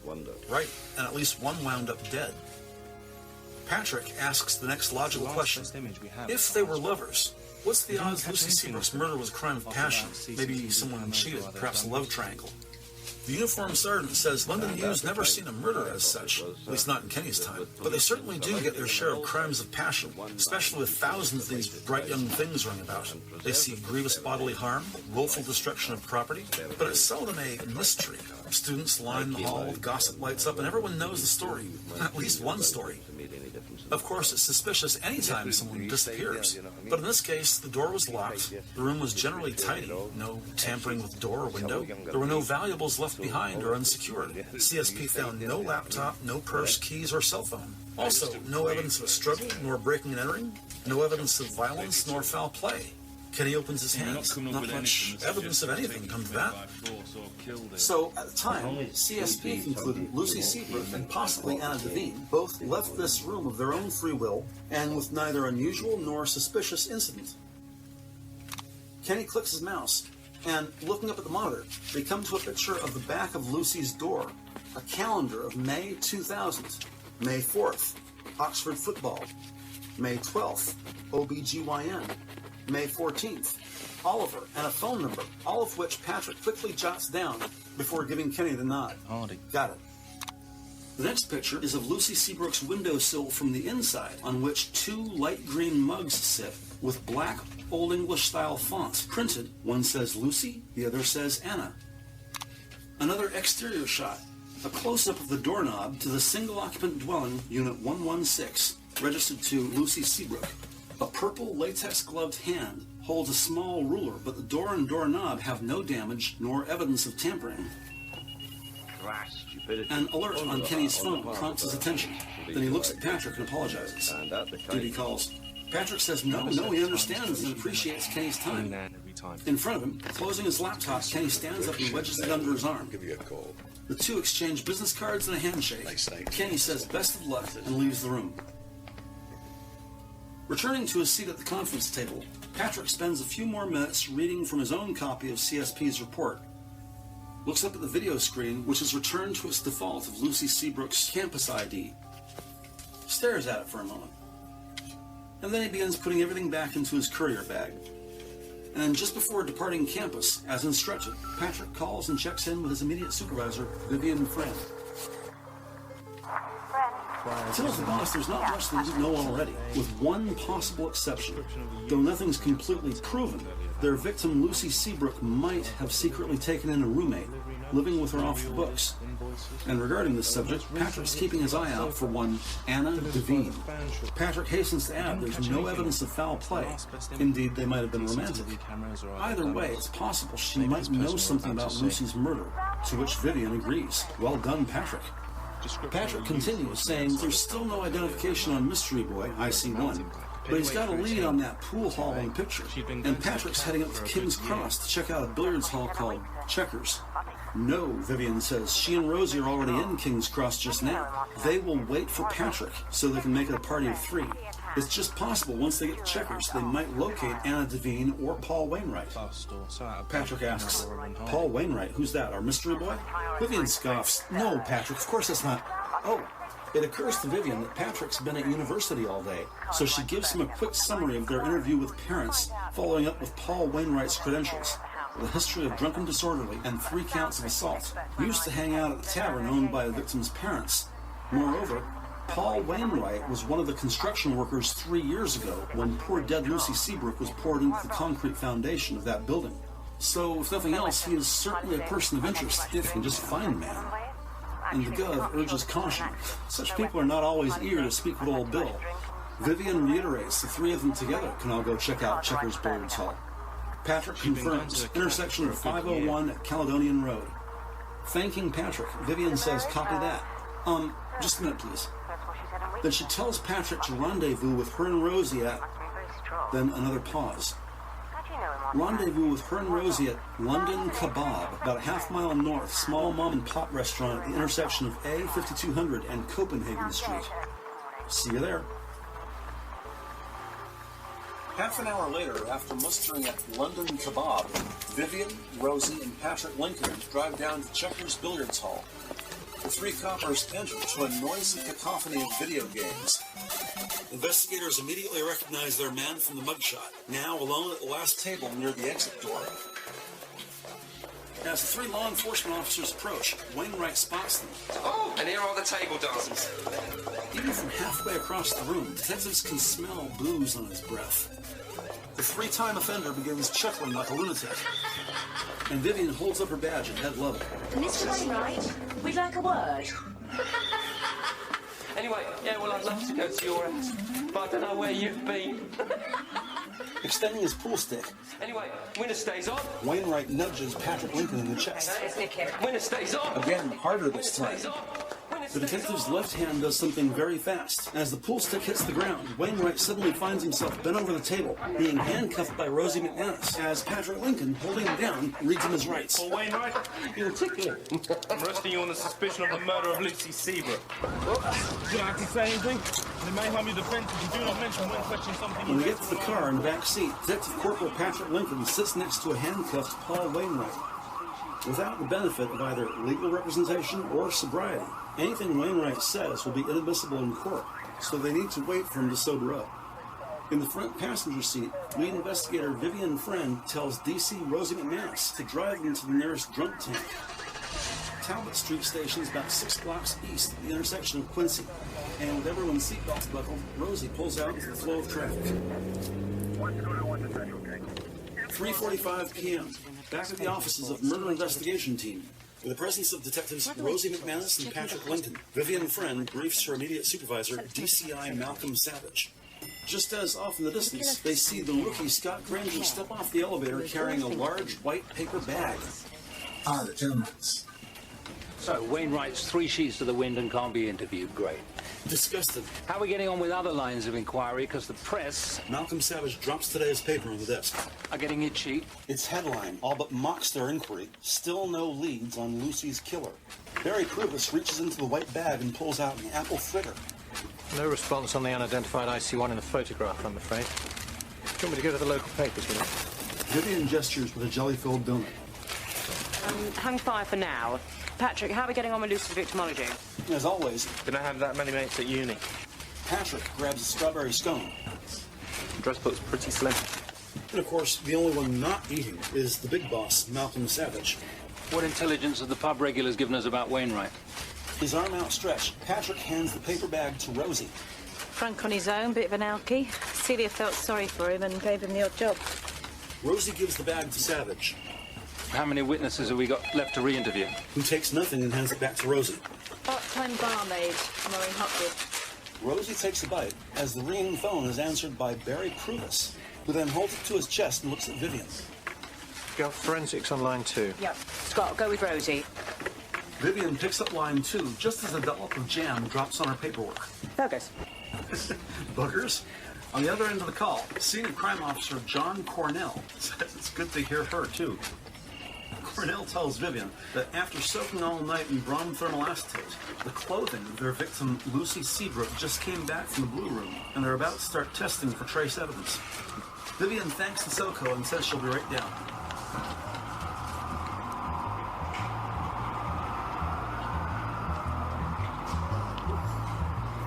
"15 minutes later, just outside the back door of the Beckwith Pub, Detectives Rosie McManus and Scott Granger are speaking with Barmaid Moira Hopkins, a heavy-set chain smoker in her mid-50s who wears her gray-brown hair up in a simple bun.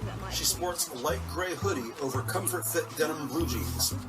Detectives begin with a glossy photo taken at the pool hall of their victim, Lucy Seabrook, standing with that tall blonde man, Mystery Boy. Finishing her cigarette, Moira puts on her reading glasses and takes a moment to consider the picture. She looks at it thoughtfully and shakes her head no and hands it back. A moment's questioning establishes Moira Hopkins has been working at the Beckwith Pub off and on since Easter of 2000, which is Sunday, April 23rd. 2 weeks later, regarding the last night Lucy was seen 3 years ago, Moira recalls working the bar that day with Celia and Daphne. And then Phil and Dean Guthrie brought Lucy back from the game early evening, maybe, 6 p.m.? Not overly busy that night, and Celia worked the bar as Phil made merry with friends. Hadn't given it too much thought at the time, but when asked, Moira assumed Lucy Seabrook had either gone upstairs to bed or returned to her dorm room at Hall's of Residence. Changing the subject, Detective Scott Granger hands Moira that mugshot of Paul Wainwright just as he savors the last bite of his apple fritter. So what can you tell us about Paul Wainwright? Him? Well, he was all right with me. But as I say, I usually did lunch times. He had to keep his drinking down during the day, see? Rosie writes in her notebook. Moira says P.W. drinks day and night. He was quite shy when he was sober. Nervous. Once he'd had a few, though, blimey, the language. Rosie writes, sober equals shy, nervous. Drunk equals bad language. Language. So why did the Seabrooks put up with him? You know how much he spent? Celia wasn't stupid. If he got out of hand, she'd confiscate his car keys and send him home. Did Wainwright ever talk about Lucy? Paul never said much about nothing. Always giving her the eye, though. A 20-something construction worker giving the eye to a 19-year-old college student. Not exactly a smoking gun. About as scandalous as Patrick Lincoln's scoop, Lucy might have secretly moved in a girlfriend. Ooh, scandalous. Open and shut case right there. Of course, it's not Moira's fault. She's just telling what she saw. Investigators thank Moira Hopkins for her time. Give her their business card and say if she remembers anything else, please contact them at this number.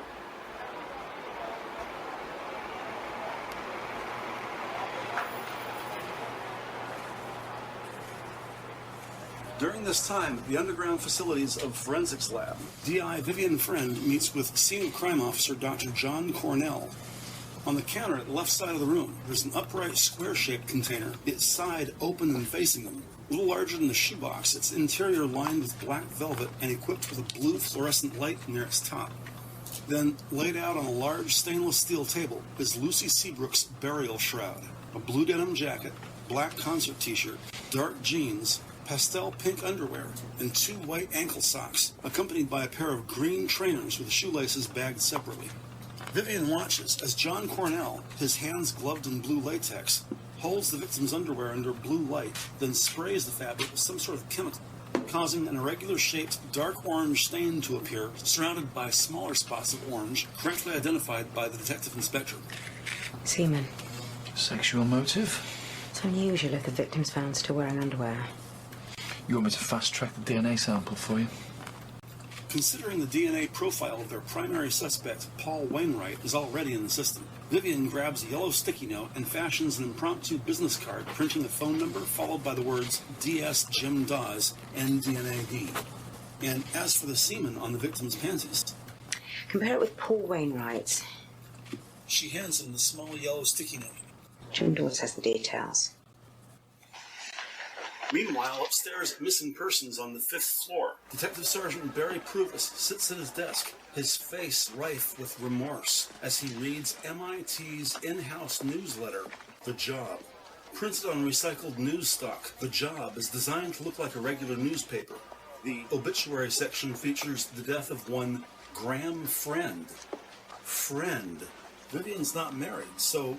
would Graham Friend be, her father? A retired police officer himself? Just then, a tall man appears looming over Barry's desk. The police courier holds a large manila envelope, saying delivery requires a signature, whereupon he hands Barry his clipboard with a pen tethered by a string. As Detective Sergeant Pruvis signs his name, he notices the package comes from Narcotics and Poisons Lab, and Barry can pretty much guess its contents. Thanking the recipient, the courier departs as quietly as he had appeared, as the detective sergeant unties the envelope's little red string and giving a little shake to its contents, carefully slides out a pastel green folder. Lucy Seabrook's toxicology report, of which Pruvis begins a cursory read. He spots phone number on the cover sheet and puts in a call to narcs and poisons. Holding the open folder, he flips through each page one by one until he locates the checkbox and signature, confirming, as is usually the case, this lab also compiled the victim's DNA profile.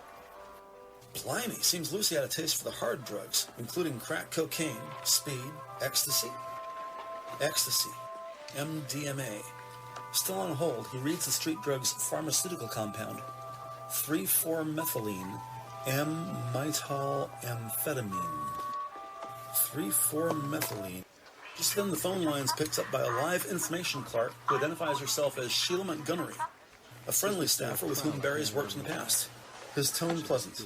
Ah, Sheila, DS Barry Pruvis here, referencing case number OI 154-2000, as well as the victim's name, Lucy Seabrook. Barry Pruvis smiles. Yes, courier just dropped off the report. Cheers.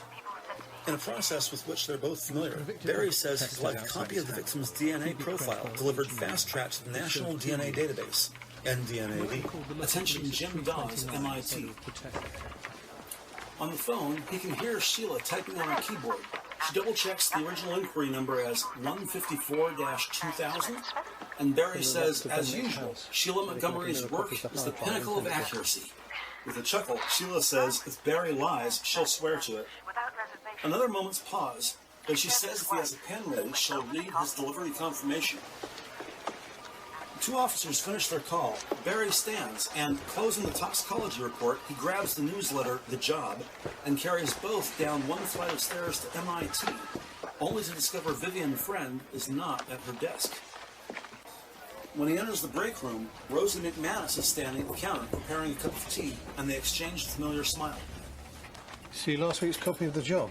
He drops on the counter near her mug as she looks at the newsletter dismissively. I was always told, beware of propaganda. No, but Barry is not joking as he opens to the obituary and points to the name Graham Friend. Graham Friend. Did Viv mention anything? Stunned, she shakes her head, no. And Rosie's face goes deadly serious as she looks down and reads the obituary of Graham Friend, 1948 to 2003. Died suddenly at home.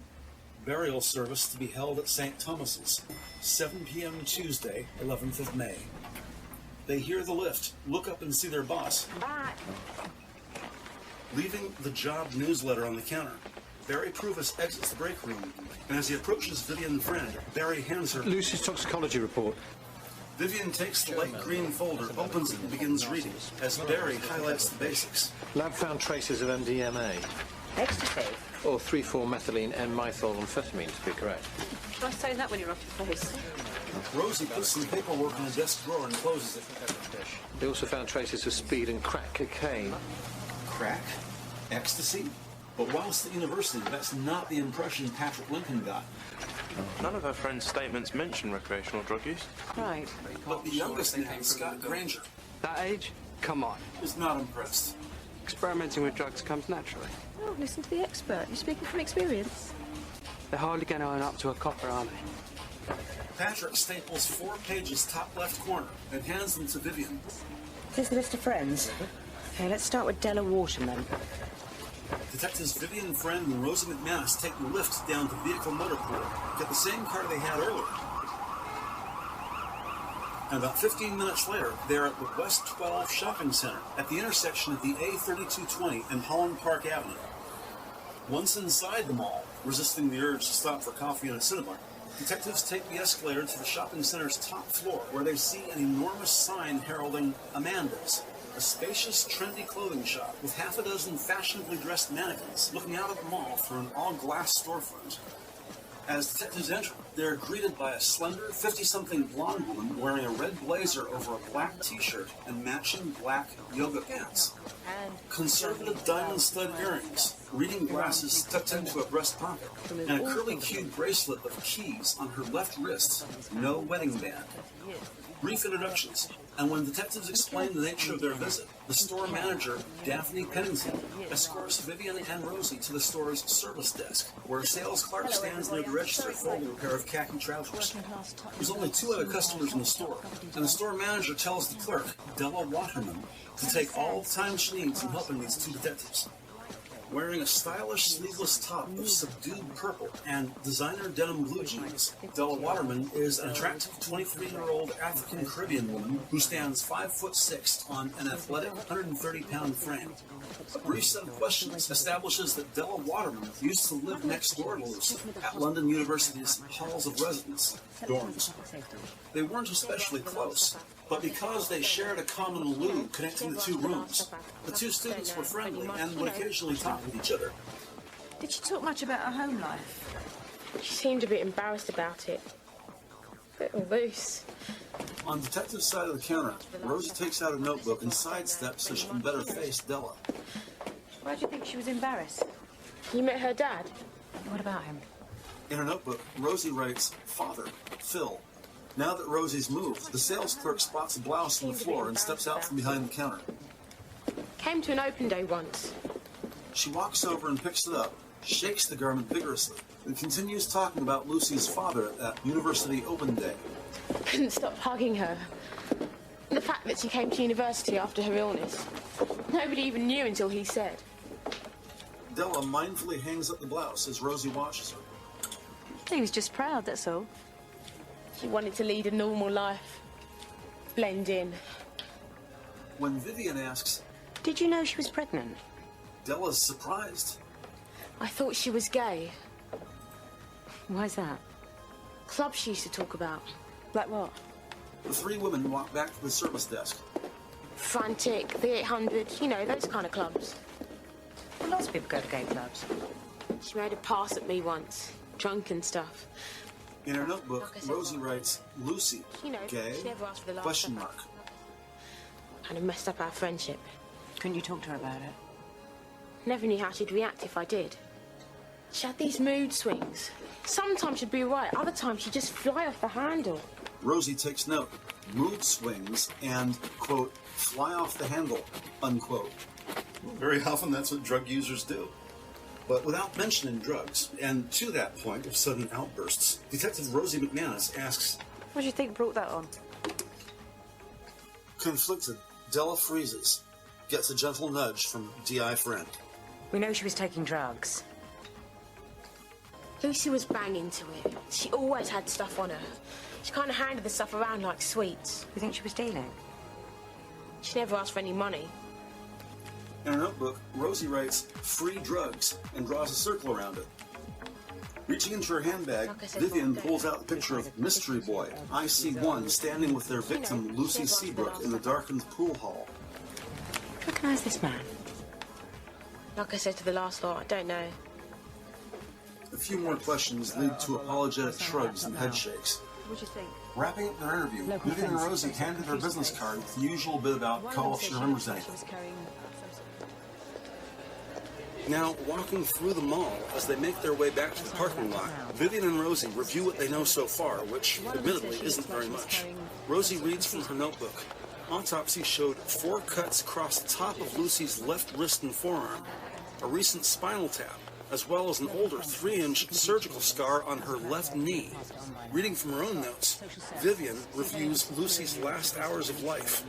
3 years ago, after enjoying a football game at London U, then 19-year-old victim Lucy Seabrook returned to the Beckwith Pub, where she spent a few hours with her parents, Phil and Celia, family friend Dean Guthrie, and a pub full of people. Lucy Seabrook then leaves the pub later that evening.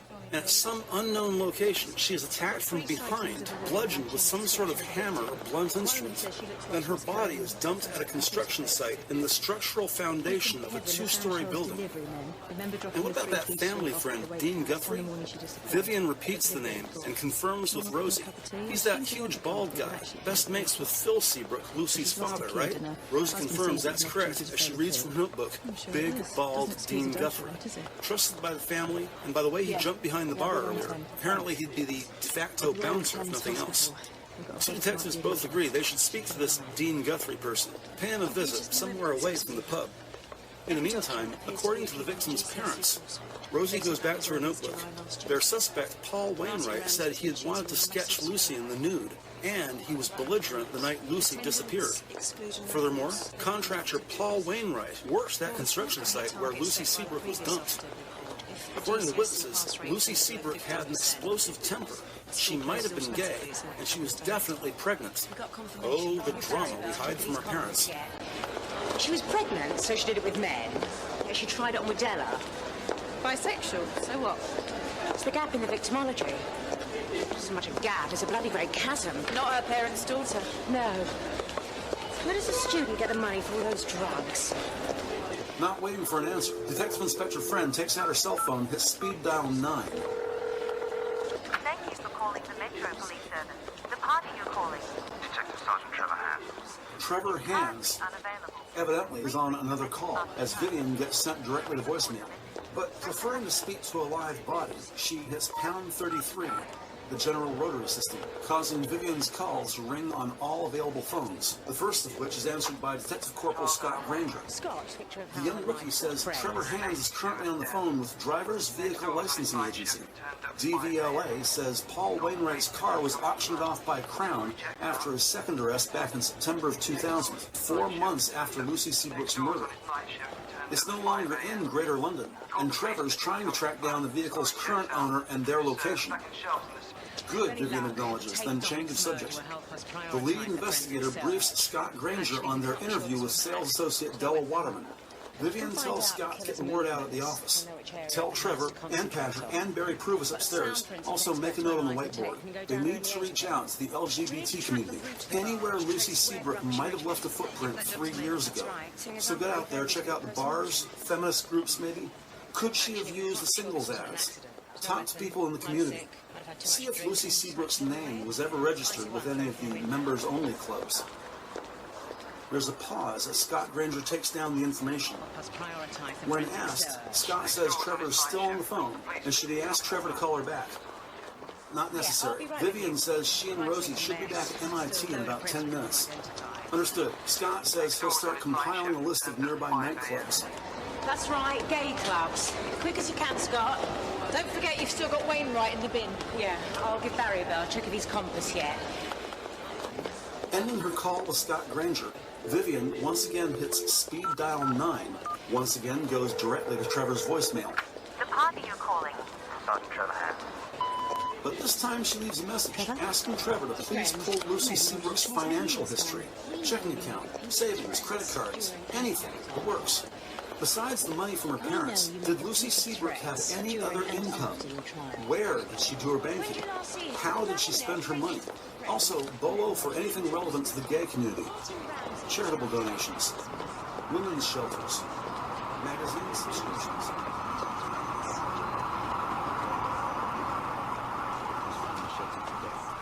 By the time Vivian and Rosie get back to the office, Trevor's received a 10-page fax from Lloyd's Bank. Brick and mortar is located on Hill Street, about a mile west of M.I.T. Lucy Seabrook's bank records show monthly deposits of £700 at Liverpool Street branch. Phil Seabrook says in his statement that he puts money into her account, living costs. No, there's more here. Trevor points to the third page. Here, made at a branch opposite the campus. There's £200 here, £300 there. She was rolling in it. Oh, yeah. Handing out drugs to all and sundry. Sounds like an attempt to please, to buy popularity. And we all know drugs equals crime. Goes together like bangers and mash. Vivian thinks for a second. Had Lucy ever run afoul of the law in a way she would appear in the police national computer? Bangers got drugs. Lucy's PNC check. No previous convictions. Okay, well, run Lucy's DNA through the database anyway. She might be connected to a scene of crime. If she's involved in the drugs world, we've got to consider elimination as a motive. Or something darker.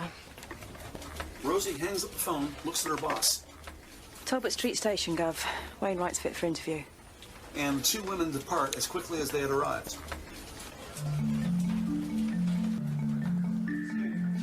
Ten minutes later at Talbot Police Station, while escorted by a 6'2" guard armed with non-lethal weapons, Vivian and Rosie accompany their suspect, Paul Wainwright, into conference room number 3, where they begin their questioning. telling the now 27-year-old convict they'd like to discuss what he knows about the murder of Lucy Seabrook. Two detectives sit with documents on one side of a small plastic table across from murder suspect Paul Wainwright, possibly from being hungover or just not very bright. Either way, the suspect has waived his right to an attorney. Sitting to his left, Rosie opens a folder and removes a transparent sheet protector containing 12 cardboard drink coasters, each with a person's face, including Lucy Seabrook, drawn in ink on the coaster's undersides. Looking 10 years older than the age claimed by his driver's license, Paul Wainwright's already got a bulbous nose. His messy blonde hair's long overdue for a haircut. His face is red, his mind not much more lucid in sobriety. He appears strung out, wanting badly for, well, needing a drink. A feeble attempt to break free, the arrogant suspect reminds detectives, incorrectly, that he cannot be held for longer than 48 hours. Bloodshot eyes move sluggishly from Rosie on his left to Vivian on his right. You had access to the building site. So did lots of people. Yeah, well, not all of them drank at the Beckwith or drew sketches of the victim. Did you draw Lucy Seabrook in the nude? No. Did you want to? No. Is it true that you couldn't take your eyes off her whenever she came home? She had a very interesting face. What was the argument with Mrs. Seabrook about?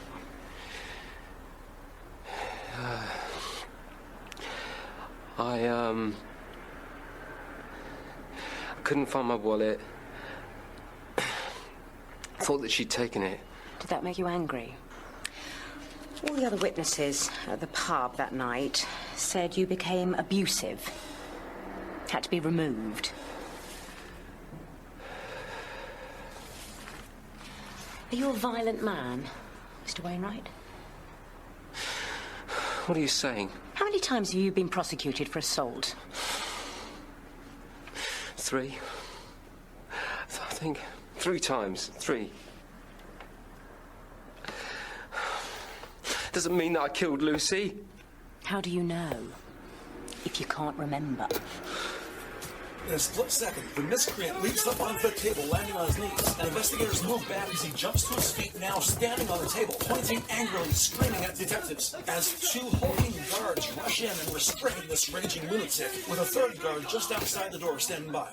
The furious Paul Wainwright continues resisting and screaming as he's dragged away by guards. Vivian and Rosie dust themselves off, check each other out, and affirm good, yeah, with an appreciative nod to the last guard out the door.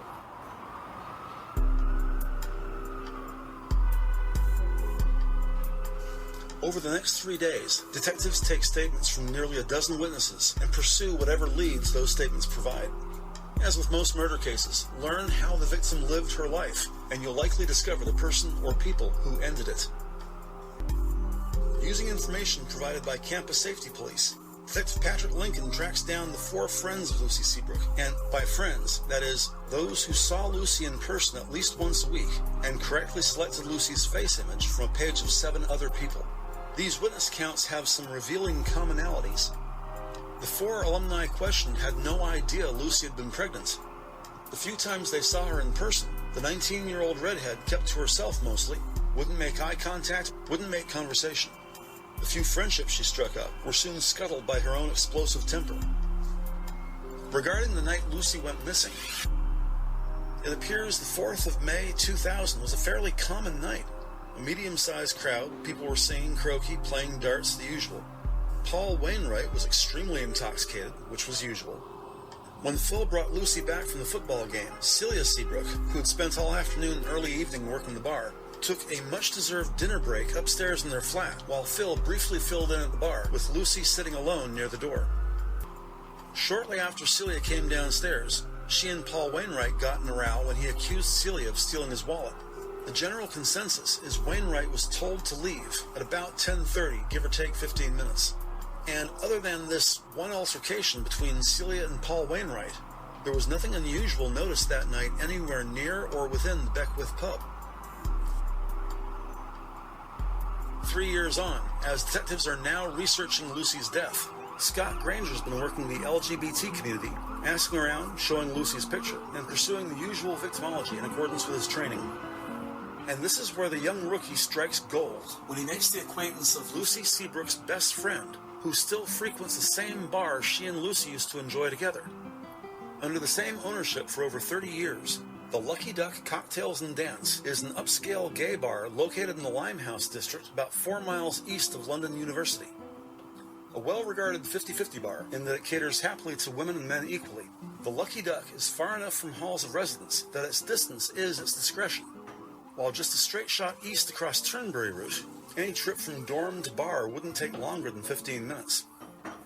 It's about an hour before this swank watering hole opens for business, and as the busy day staff, mostly Pakistani, buffer the dance floors, wash dishes, wrap napkins, block ice, boil syrup, cut lemons, and perform the Lucky Duck's behind-the-scenes daily magic show, the full-time manager, Dennis Ives, gives his permission, allowing police to use one of their booths while the bar is closed to the general public.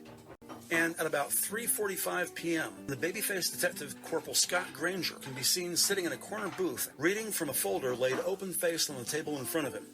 Also on the table, Scott's large virgin orange juice with ice, which he nurses slowly.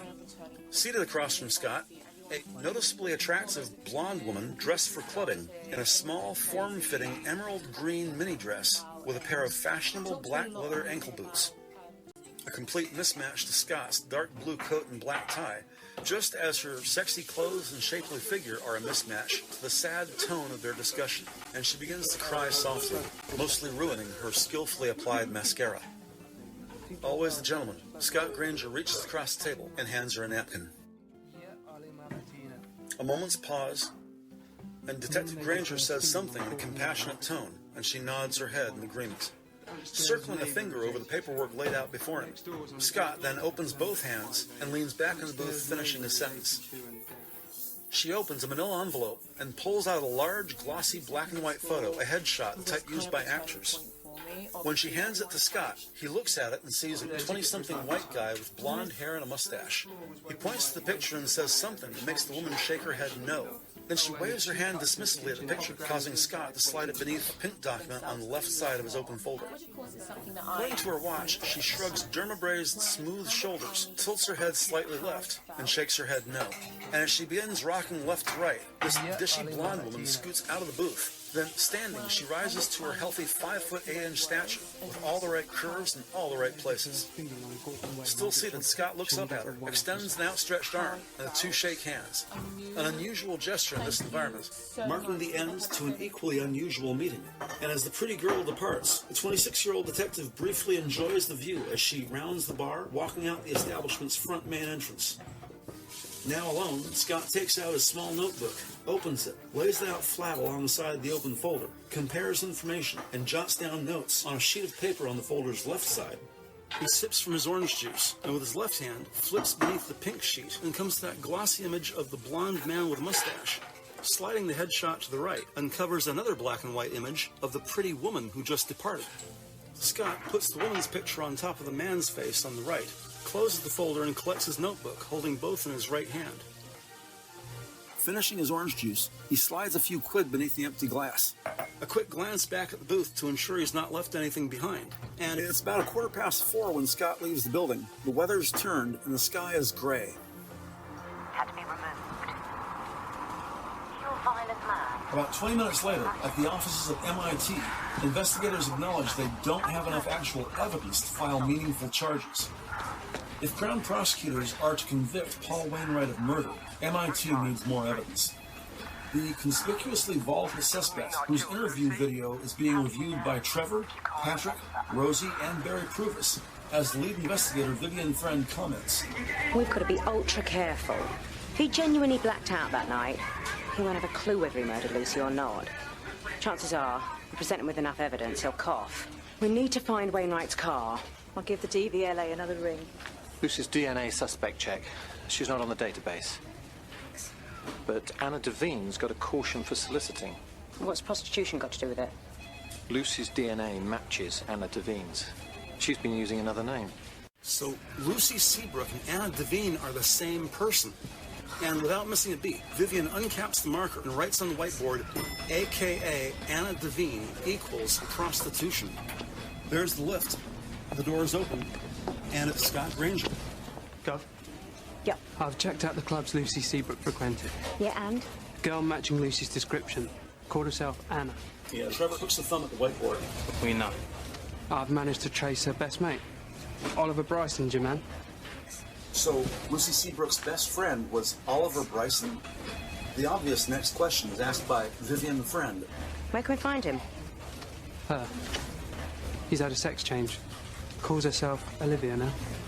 Olivia? Vivian and Trevor take a moment to consider all we just said. The victim, Lucy Seabrook's best friend, Oliver Bryson, has since had a sex change and now calls herself Olivia? As if reading his boss's mind, the young rookie gives Vivian that folder he'd been compiling back at Lucky Duck Cocktail Bar. Thank you. With two men standing on either side of her, Vivian reads the cover's hand-printed label, Oliver Bryson, Olivia Bryson. When she opens the folder, Vivian is greeted by a black and white glossy of the pretty blonde woman, Olivia Bryson, on the right, and Scott's various scribbled notes on the left, which includes the location and hours of the Lucky Duck Bar. Vivian holds the folder so its contents are visible to the two men flanking her. Standing on Vivian's right, Trevor removes the glossy of the attractive woman, Olivia Bryson, revealing beneath it, thus now exposed, a similar headshot of the man, Oliver Bryson, from 2 years prior. Trevor positions the woman's face alongside the right edge of the man's headshot, so the two are now side by side for comparison. Yeah, that's him. Then from Vivian's left side, Scott Granger mimics Trevor's action, holding the smaller photo of IC1 Mystery Boy alongside the left edge of Oliver Bryson, still in the open-face folder Vivian's holding. And at once, the three detectives recognize it's a match. Seems Mystery Boy has become Mystery Girl, Olivia Bryson. Off the record, Scott says Olivia is an escort, and it's common knowledge she makes her connections in the relative safety of the Lucky Duck Cocktails and Dance. But of course, this is all unsubstantiated hearsay, and in his official capacity, Detective Corporal Scott Granger has never personally observed the witness, Olivia Bryson, offer sex services in a public setting. Moreover, Scott made it clear that M.I.T. has no interest in splitting such hairs, given the far more important issue of finding the killer of Lucy Seabrook, or as Olivia knew her, Anna Devine. Acknowledging the young rookie's been on the go since early this morning, the detective inspector gives Scott the option of clocking out for the day and going home, or accompanying Vivian and Trevor to the Lucky Duck Bar. Smiling sheepishly, Scott chooses the former, and Viv and Trevor both reiterate, good job, and they'll see him tomorrow. Looking at the bar's hours of operation, Trevor comments right now is probably happy hour. No time like present. Vivian grabs a jacket as Trevor dons a sport coat and tie, and the two head downstairs to vehicle motor pool.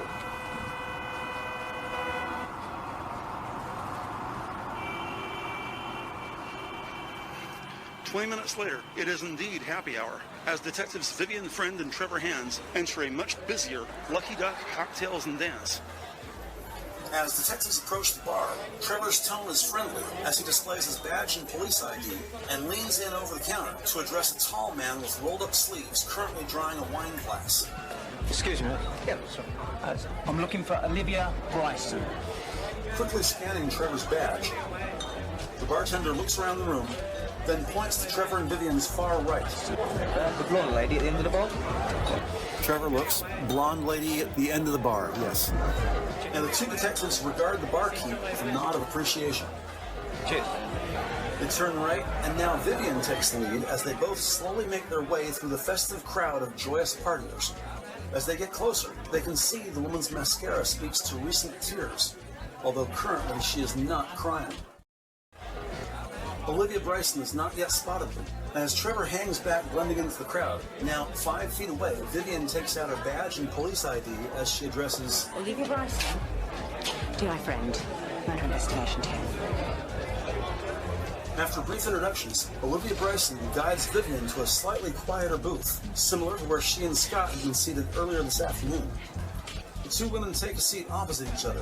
Vivian Friend offers Olivia Bryson her condolences for the loss of her friend Lucy. Well, Anna. She shrugs.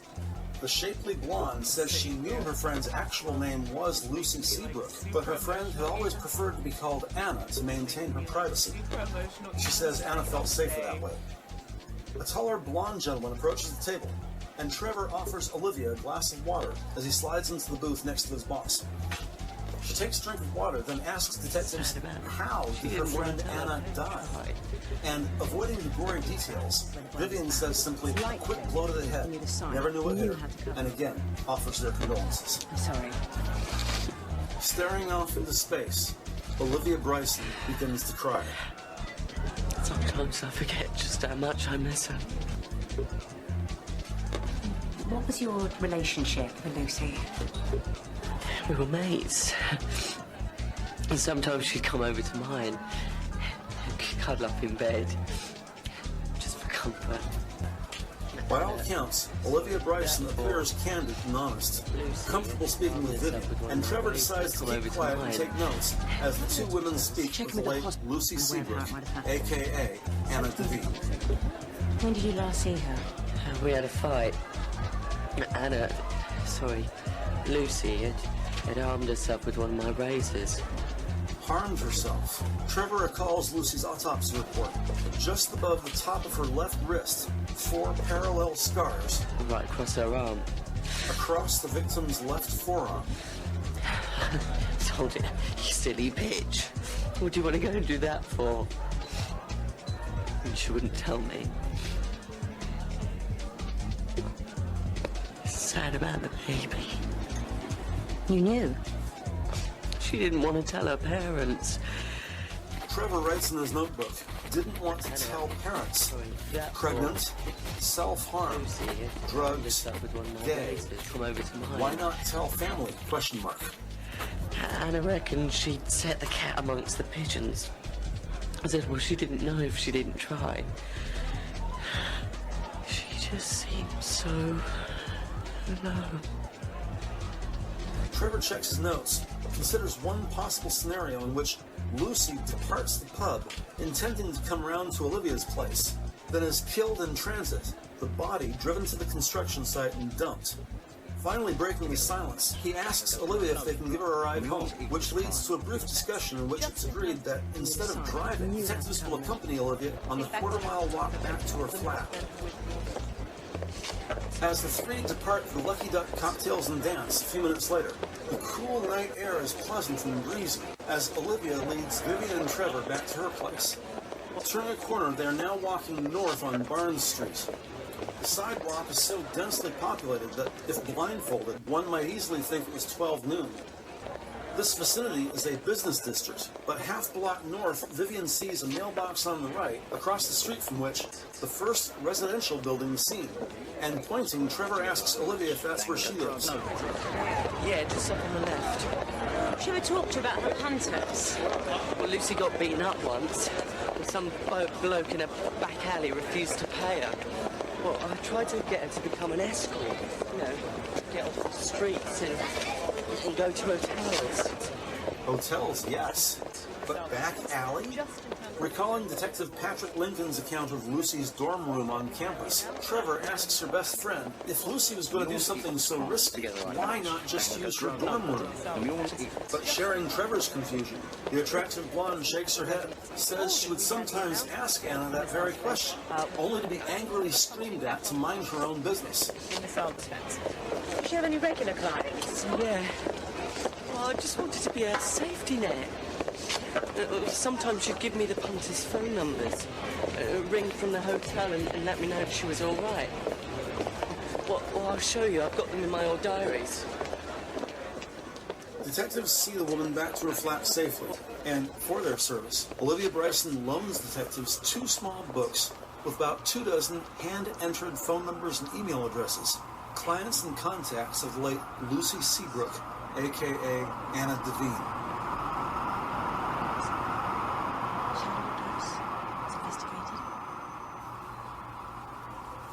The following morning at M.I.T, Detective Rosie McManus uses the Police National Computer, PNC system, to research past offenses in the vicinity of that demolished 2-story community center.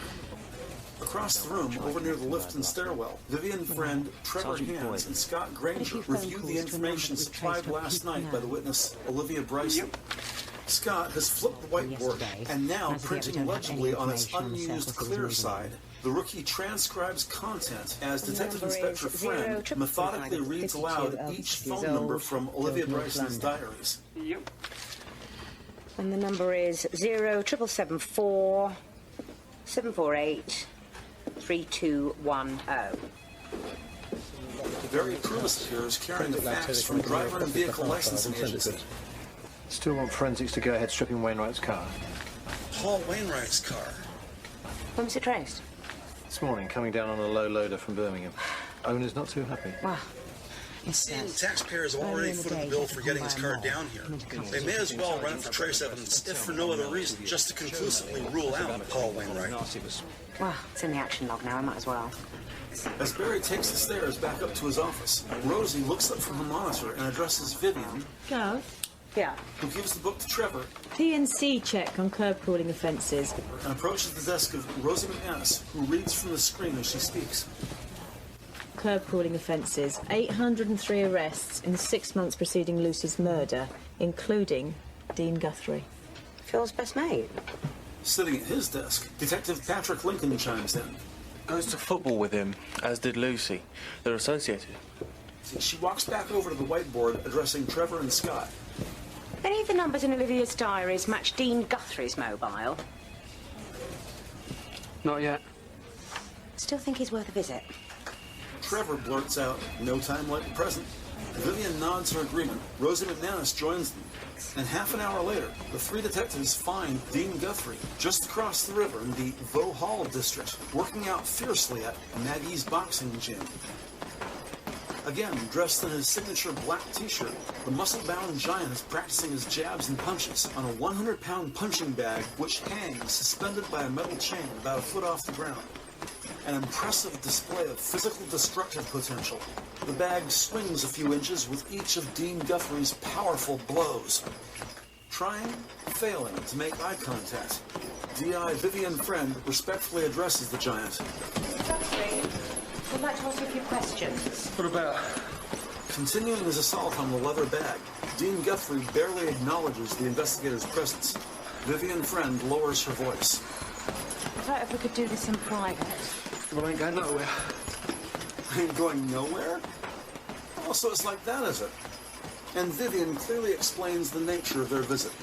It's about your curb crawling, Mr. Guthrie. And with that, Guthrie nearly knocks the huge bag off its chain. Now they have his undivided attention. Rosie checks her notebook, then looks at Dean Guthrie. You work in Bethnal Green and you live in Greenwich. Is that right? Yeah. Looking down at the stringy blonde-haired detective, he gulps from his sports bottle. So why do uniform tell us you're a regular in King's Cross? Then raises it over his bald head as a trickle of water sprinkles down the chiseled features of his face, neck, and shoulders. So I use tails sometimes, so what?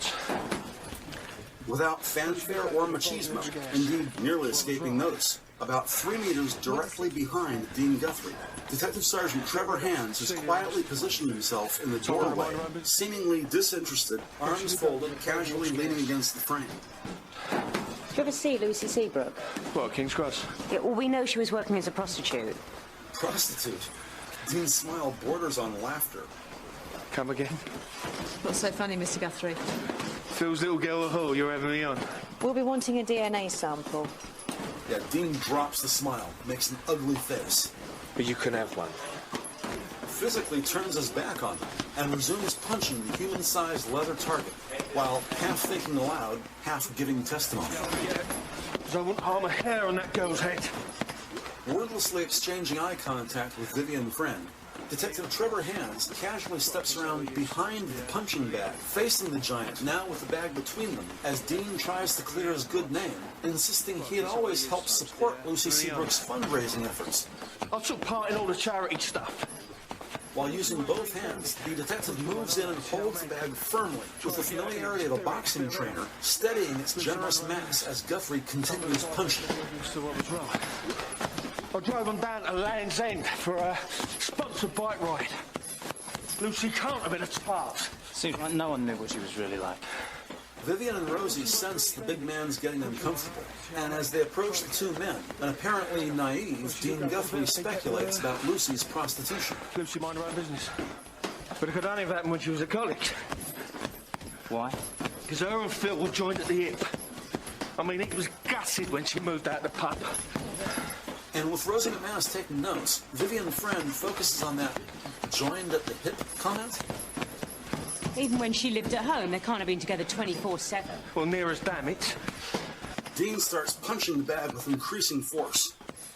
Skillful interviewing by DI Vivian Friend leads to a suspicious incident during Lucy's 4-day fundraising trip from London to Land's End, cycling by day, bed and breakfast by night. At their Dorchester stop, they reserved 2 rooms, each with 2 twin beds on opposite sides of the room. But when one room's only used by one occupant, the proprietors rearrange the night tables accordingly, push the twin beds together, and call it a double. What was wrong? On the bike ride, I suggested to Phil that we share a room, you know, give Lucy the double. Yes, obviously give Lucy the double. It's not like 2 manly heterosexuals like Phil and Dean Guthrie are about to share a double bed. Oh, and once again, the detective inspector discreetly lowers her voice. So, Phil and Lucy shared a double bed? Yes. Rosie prints clearly in her notebook. Phil and Lucy shared a double bed. So is that right? A few more questions about the last night Lucy Seabrook was seen alive at the Beckwith Pub on May 4th, 2000, 3 years ago. And Dean Guthrie's account is consistent with the general consensus of the other witnesses questioned. What? Detectives wrap up their interview and thank Dean Guthrie for his time. As the 2 female detectives head back out to their unmarked squad car, Trevor Hands lingers, takes out a small, nondescript cardboard box, which he puts firmly in Dean's hand. Tells the big man he's got 24 hours and will return tomorrow to retrieve it.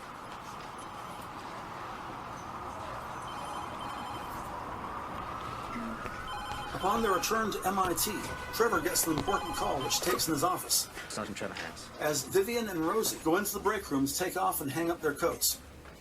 You heard Dean Guthrie. Phil wouldn't let Lucy out of his sight. Think about it, Rosie. How many fathers do you know share a room with their teenage daughter? He was having a sexual relationship with her. Not relationship, it's abuse. Disgusting. The women return to their respective desks to put down their things, check for voice messages and email, and log this morning's encounter with Dean Guthrie. Meanwhile, in his tiny office, Trevor's on the phone with Jim Daws at National DNA Database. According to NDNAD, the suspect, Paul Wainwright's DNA profile didn't match the sperm sample from Lucy Seabrook's underwear. Recounting their interview just now with Dean Guthrie, Trevor tells Jim he's providing a DNA sample tomorrow, which they'll fast-track over to NDNAD. In the meantime, Jim says he'll run the names of both Dean Guthrie and Phil Seabrook, see if either of them has ever submitted a profile on unrelated circumstances. Trevor thanks Jim for his assistance, and the 2 men finish their call.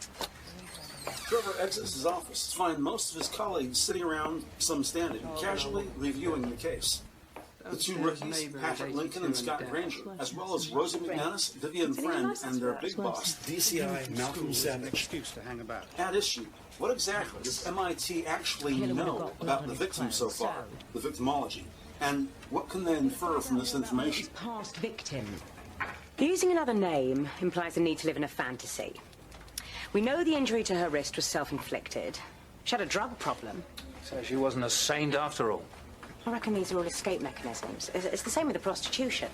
How'd you work that out? Well, Olivia Bryson said Lucy loved money. Made her feel important. It's an empowerment thing, bolstering self-esteem. Except she feels guilty about spending it. She purchases drugs instead, hands around to all her friends to make her feel important. She uses her body to sell sex. Stella Waterman said she made a pass at her. Poor girl doesn't know whether she's coming or going. She's a jumble of inappropriate sexual behaviour. It's viable. Maybe Phil Seabrook murdered his little princess because she was pregnant.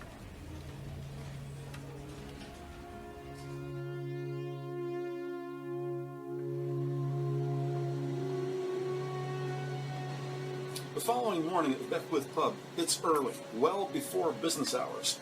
Downstairs in the cellar, 8 beer kegs on metal racks, ending alongside a restaurant-grade dishwasher, where Celia opens its enormous door and removes a large plastic rack of freshly washed drinking glasses. Carrying the heavy dish rack up the stairs, once behind the bar, Celia immediately puts them down beneath their intended shelves when she hears a polite tapping at the glass door at the far end of the bar near the cash register. Leaning out over the bar so she can see around a wooden column, Celia notices 2 detectives standing just outside. It's that short woman detective, the one Phil shoved the other day. She's holding her badge up to the glass. Then Celia remembers her name. Friend. Tiffany Friend. No, Vivian Friend. She's pretty sure it's Vivian Friend. Standing next to Detective Friend, another investigator, a younger bloke, skinny with short dark hair and a boyish face. Can't be older than 25 years if he's a day. Yeah, acknowledging their presence, Celia smiles, quick wave, and she looks around quickly, grabs her keys as she heads over to the door. Approaching the 2 investigators, Celia eagerly unlocks the door, pulls it open as the 2 enter the pub. A pleasant exchange of good mornings, quick introduction of Scott Granger. And Vivian asks if they can speak with Phil, please. But Celia says Phil is currently out. Should be back 20 minutes, definitely within half an hour. Tactfully, Vivian asks if there is a place they can speak quietly, and with a nod from Celia, the 2 detectives follow her into a medium-sized room apparently used as a pantry. The floor and walls are of white diagonal tiles. In the center of the room, an island table with a cutting board. A variety of easily accessible spice racks mounted on the wall and spaced thoughtfully between white cupboards. Smartly dressed in a knee-length black leather jacket over a suit and tie, Detective Scott Granger hangs back near the door to act as gatekeeper so the 2 women can speak comfortably. This medium-sized aromatic room is stuffy, and Vivian loosens the top 2 buttons of her black peacoat. There's no easy way of telling you this. The semen found on your daughter's undergarments matches your husband's DNA. Oh, God. Celia looks like she just drank curdled milk. Sorry. No. You're insane. Insane. Vivian might agree, thinks better of it. No. Wrong. You gotta be wrong. Why are you trying to do this to my family? No. Gently touching her shoulders, Scott tries to calm the woman. No, I've been there. But that curdled milk disgust quickly boils into anger. Sit. What are you trying to do to this family? You're wrong! Still no sign of Phil Seabrook, and within 3 minutes, a fully equipped police forensics van pulls up in front of the pub, escorted by 2 police squad cars, clearly distinguished by their familiar blue and yellow paint scheme. 2 more unmarked sedans pull up, as uniformed cops and forensics personnel are now joined by Detectives Trevor Hands, Barry Pruvis, Rosie McManus, and Patrick Lincoln, all of whom file into the pub. Already wearing his dark blue bunny suit, Scene of Crime Officer Dr. John Cornell gets out of his forensics van, opens its back doors, and begins removing the appropriate gear. Just after 12 noon, Phil Seabrook returns to a pub now surrounded by police and forensics vehicles. Phil feigns righteous indignation. What in bloody hell is going on here? Entering the structure, he's greeted by 2 uniformed constables, Sergeant Nina Mayer and Corporal Archibald Ferguson, who politely but firmly insist Phil Seabrook take a seat at the end of the bar, as his wife is similarly asked to continue waiting in that pantry room between the 2 staircases. Now detained in separate rooms, each spouse has provided their own copy of the search warrant's cover sheet, listing all pertinent information to which they are currently entitled. Throughout the premises, a police photographer is tasked with getting images of every room within the building, including any storage or smaller buildings anywhere on the property. A fingerprint lift team begins upstairs in the Seabrooks' residential flat, then will meticulously, floor by floor, work their way downstairs. With everyone else now in their baggy blue bunny suits, hoods up, the remainder of M.I.T. personnel are currently downstairs in the cellar. Contracted specialists use what appears to be carpenter's tools to disconnect and pull up the wooden floorboards, exposing the building's gray concrete foundation. Under the direction of Detective Sergeant Barry Pruvis, a younger specialist carefully feeds a cable into and behind the dishwasher. Feed it through, Keep feeding it. At the tip of the cable, a tiny camera sends video feed back to Barry's huddle with two other specialists, their eyes fixated on a portable box-shaped monitor with a 7-inch LCD screen. Then, across the room, near the first beer keg, one of the bunny-suited specialists notices something in plain sight, and already described in the search warrant as, quote, any blunt instrument comparable with the bludgeoning wounds on the back of the victim's head, unquote.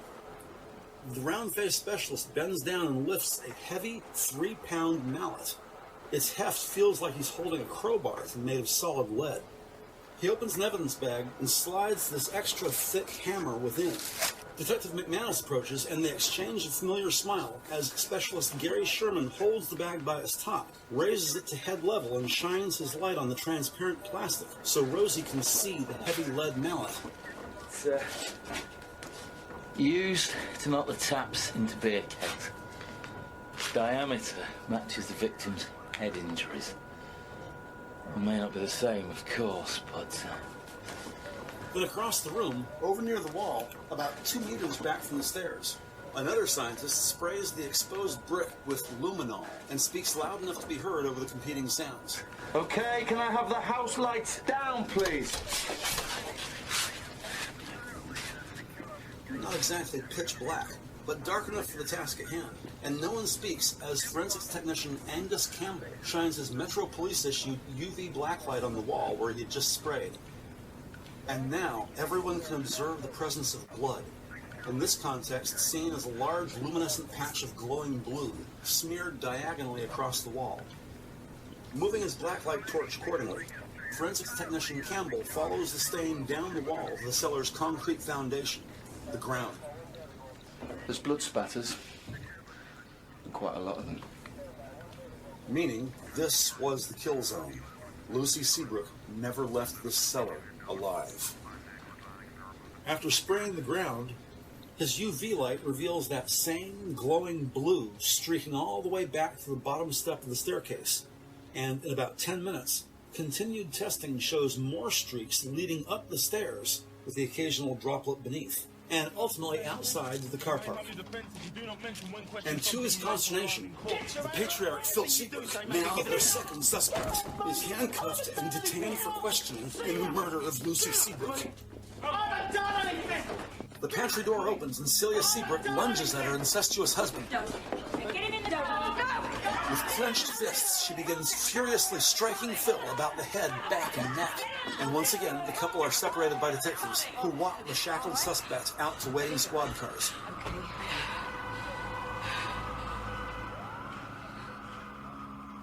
About an hour later, back at the Met, after he's fingerprinted, mugshot, booked, and processed, Phil Seabrook is brought to interview room 3A on the 3rd floor.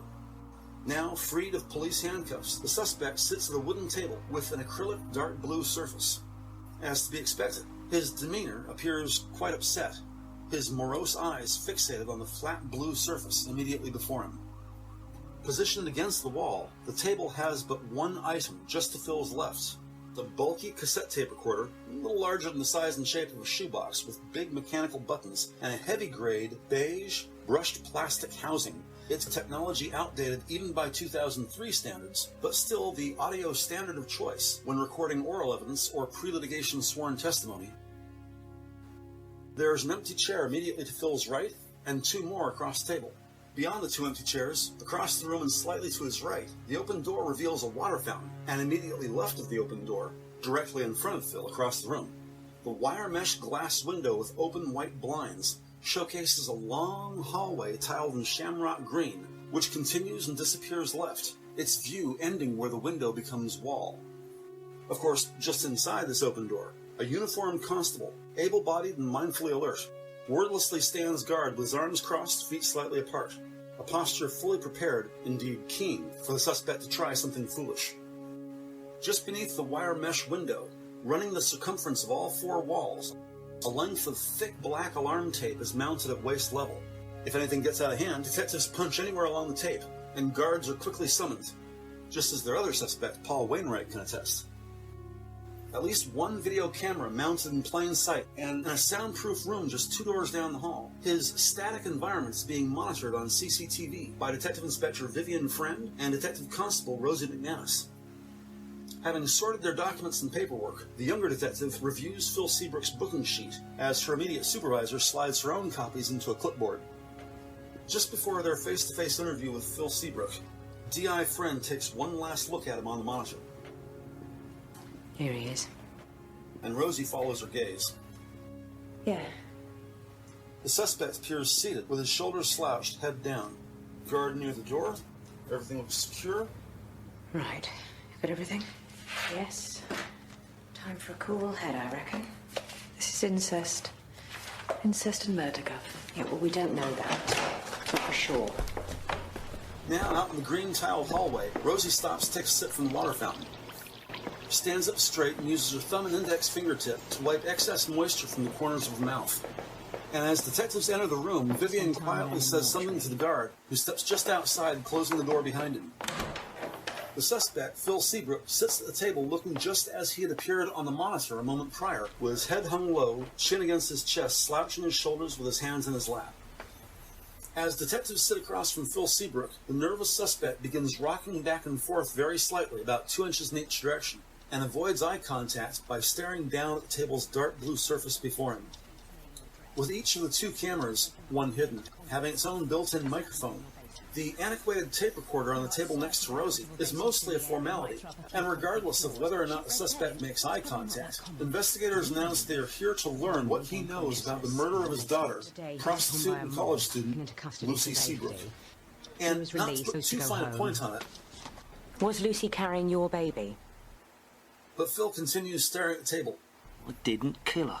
And Rosie speaks to his forehead. Did you rape your own daughter? I didn't kill her. We found your semen on her knickers. Why was that? During this long pause, wordlessly, the suspect continues bobbleheading, watching the table's surface like it's a soap opera. Detective Rosie McManus reviews her notes. Blood samples taken from the wall of the cellar pub indicate that Lucy had been struck repeatedly. I did not kill Lucy. Did you know your daughter was working as a prostitute, Mr. Seabrook? He finally stops rocking, and as a creepy smile widens his face, the suspect stares at Vivian Friend and begins shaking his head no. Should a caution for soliciting? Nah. Did you murder her because the baby wasn't yours? But his temporary smile congeals into something hateful and ugly. You're lying. You think she'd been sullied in some way? Angrily, he points his finger at Vivian's face. You're lying! How old was Lucy when you started abusing her? It is not abuse. Without moving his head, his eyes check in with Rosie, then return to Vivian as he continues. It's not abuse if both parties agree. You shared a room on a sponsored bike ride to Land's End some 8 years ago. Yeah. Lucy was 14. And? You having sex with her then? Ah, so that's what this is about. And he smiles warmly. We were in love. We fell in love. The broken pencil startles Rosie, who quickly regains her cool demeanor, puts down the 2 pieces, then looks Phil square in the eye. All kids love their parents. It's a response to knowing that they've been nurtured and protected. I looked after her. And when they're not, it becomes a need for approval. No. Did she seek approval sexually? No. Was yours a conditional love in exchange for something that you wanted? No! And just as abruptly, he regains his composure as the compassionate father. I couldn't have harmed her. Not my Lucy.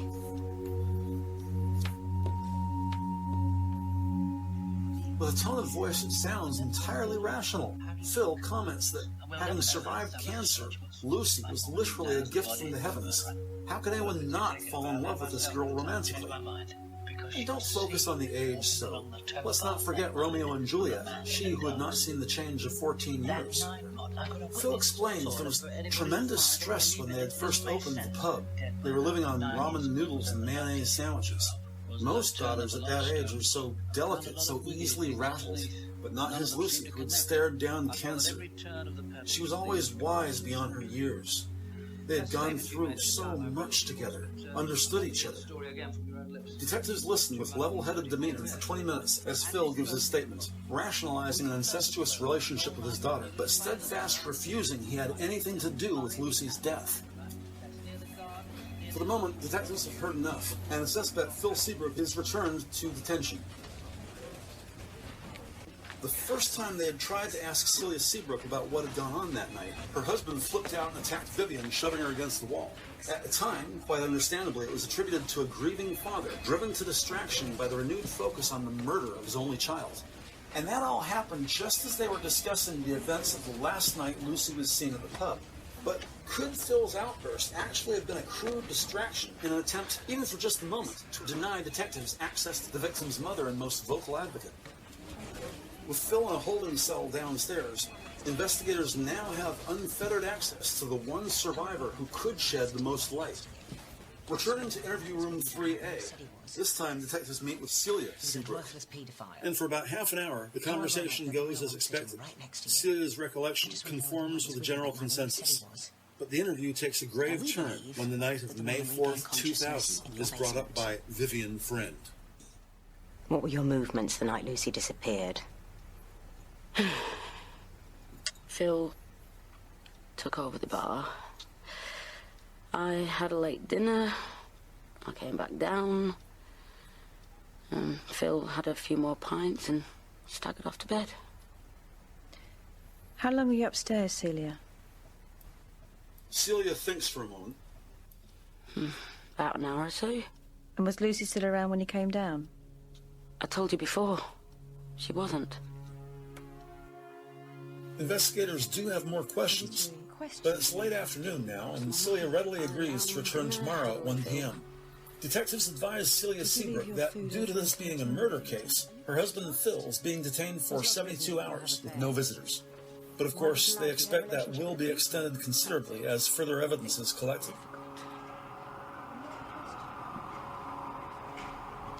Unbeknownst to Celia, the following morning, Vivian, Trevor, and Rosie have an appointment to keep at Maggie's boxing gym, where they collect a DNA sample from Dean Guthrie. Having handed that little cardboard box back to Trevor, Dean Guthrie is now surprisingly forthright with detectives, speaking with the ease of an honest man, comforted by the certainty of his own irrefutable DNA specimen, now in police hands. Perhaps out of a sense of relief, the bald giant enthusiastically pummels the well-worn punching bag as he answers candidly the questions put to him by D.I. Friend. Was there anything to suggest that Phil and Lucy might have had words during the day? Acting out of character at all? Well, Lucy weren't drinking that night. Phil was a bit offended. Trevor quietly watches and listens as Rosie takes notes. He kept pushing one on her, see what I mean? Try to get her into the spirit. Well, maybe Lucy was feeling unwell. Well, she did go to the bogey every 5 minutes. In her notebook, Rosie writes, Lucy not drinking, in the loo every 5 minutes. Celia asked her what was wrong. Lucy bit her head off. Told her to mind her own business. Celia asked what was wrong. So Celia knew something was wrong with her daughter. What did Celia say? Nothing. Nothing? Serious problems with her daughter's health, and the mother says nothing? Nothing. Just made herself scarce.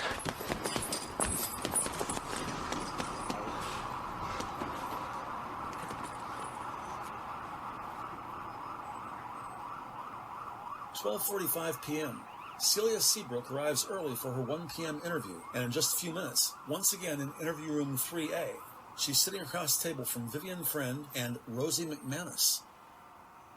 You never questioned the nature of Phil and Lucy's relationship? It didn't cross my mind. They were always together. Do you think Phil was abusing Lucy under your roof? I don't want to think about it. That's not an option right now, Celia. Rosie reads her notes. Lucy stops drinking. In loo every 5 minutes. What do you remember of your pregnancy with Lucy? It was difficult. Lots of morning sickness? Why are you asking me this? All those hormone changes, you know, going to the loo every 5 minutes, pressure on your bladder. Yes. You didn't recognise those symptoms in Lucy? Not that I'm aware, no. So why did you ask her what was wrong? Celia shrugs her shoulders. Celia, we were told that you asked her what was wrong. It was hardly worth mentioning. I mean, she was always spiky. Well, did you know she was into drugs? No.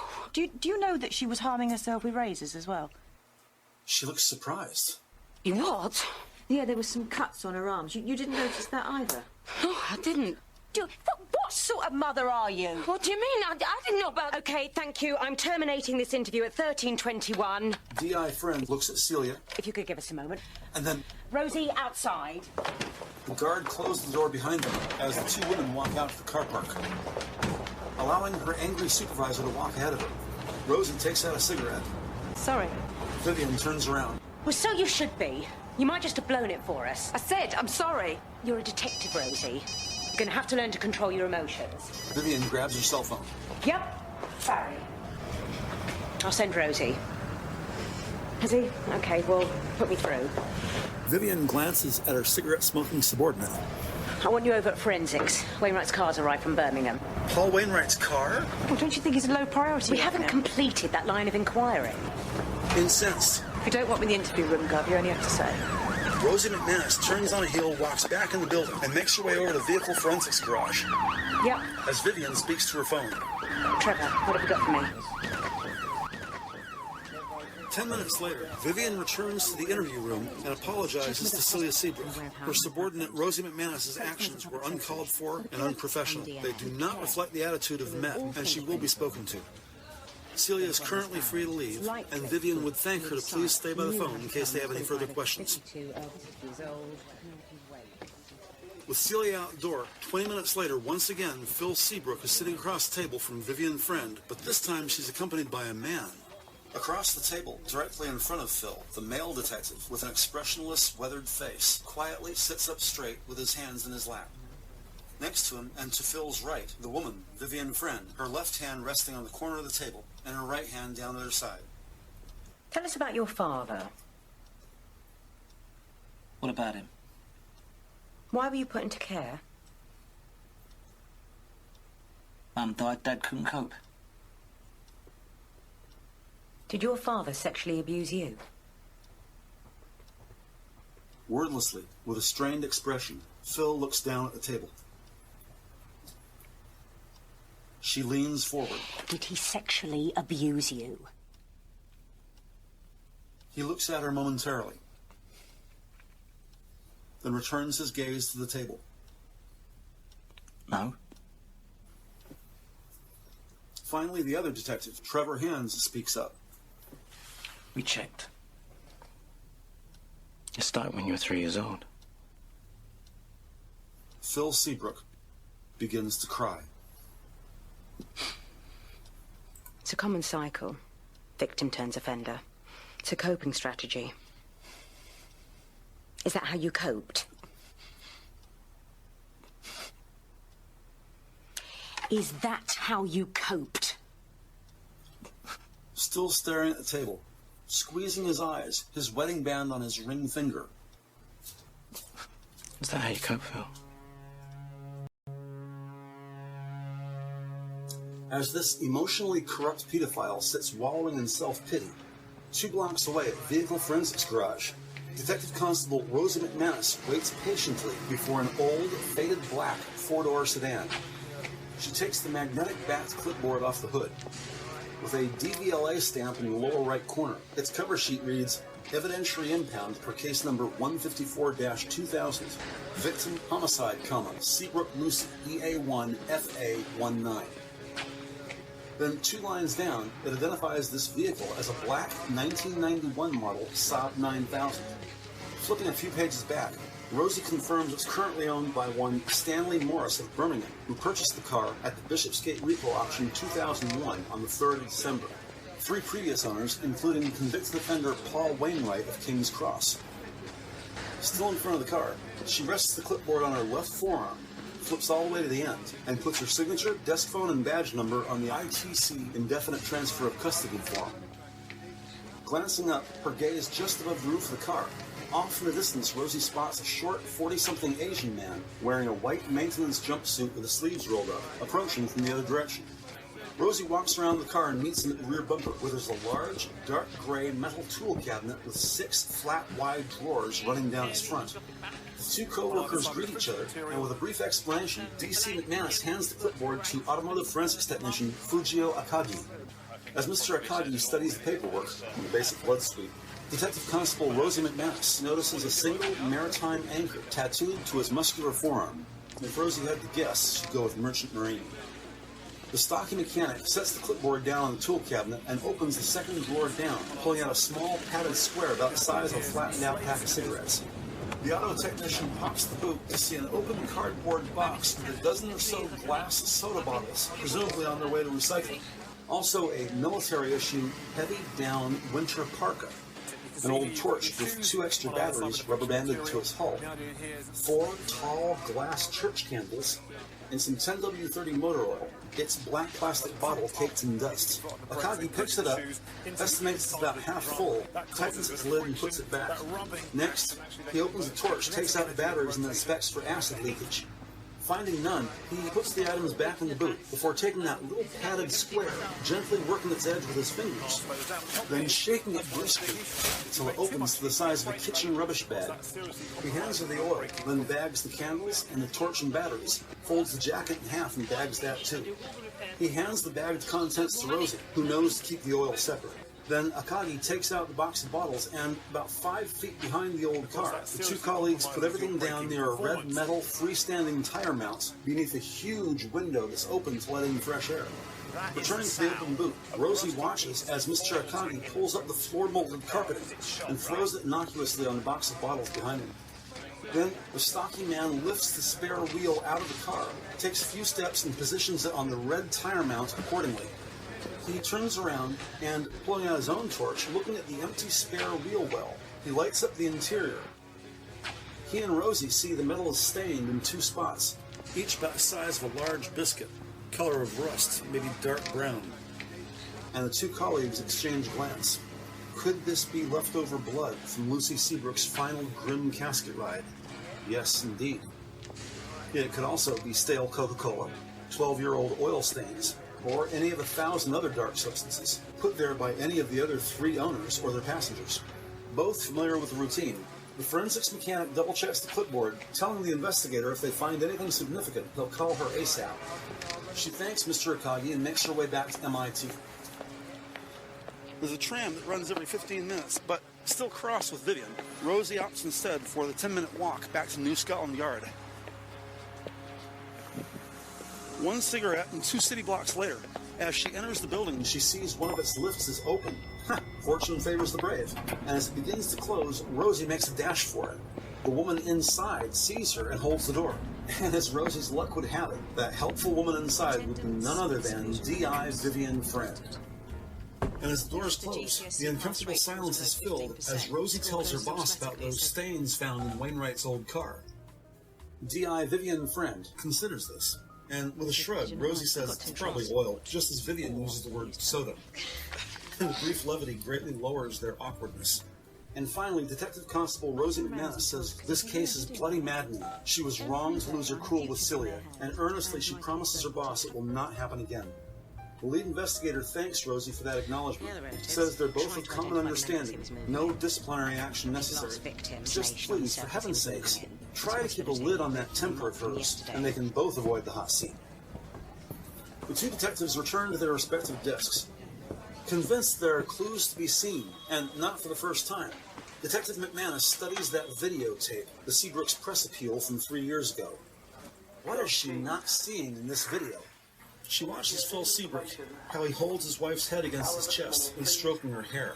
Runs tape back, this time watches Celia, her movements, nuances, facial expressions.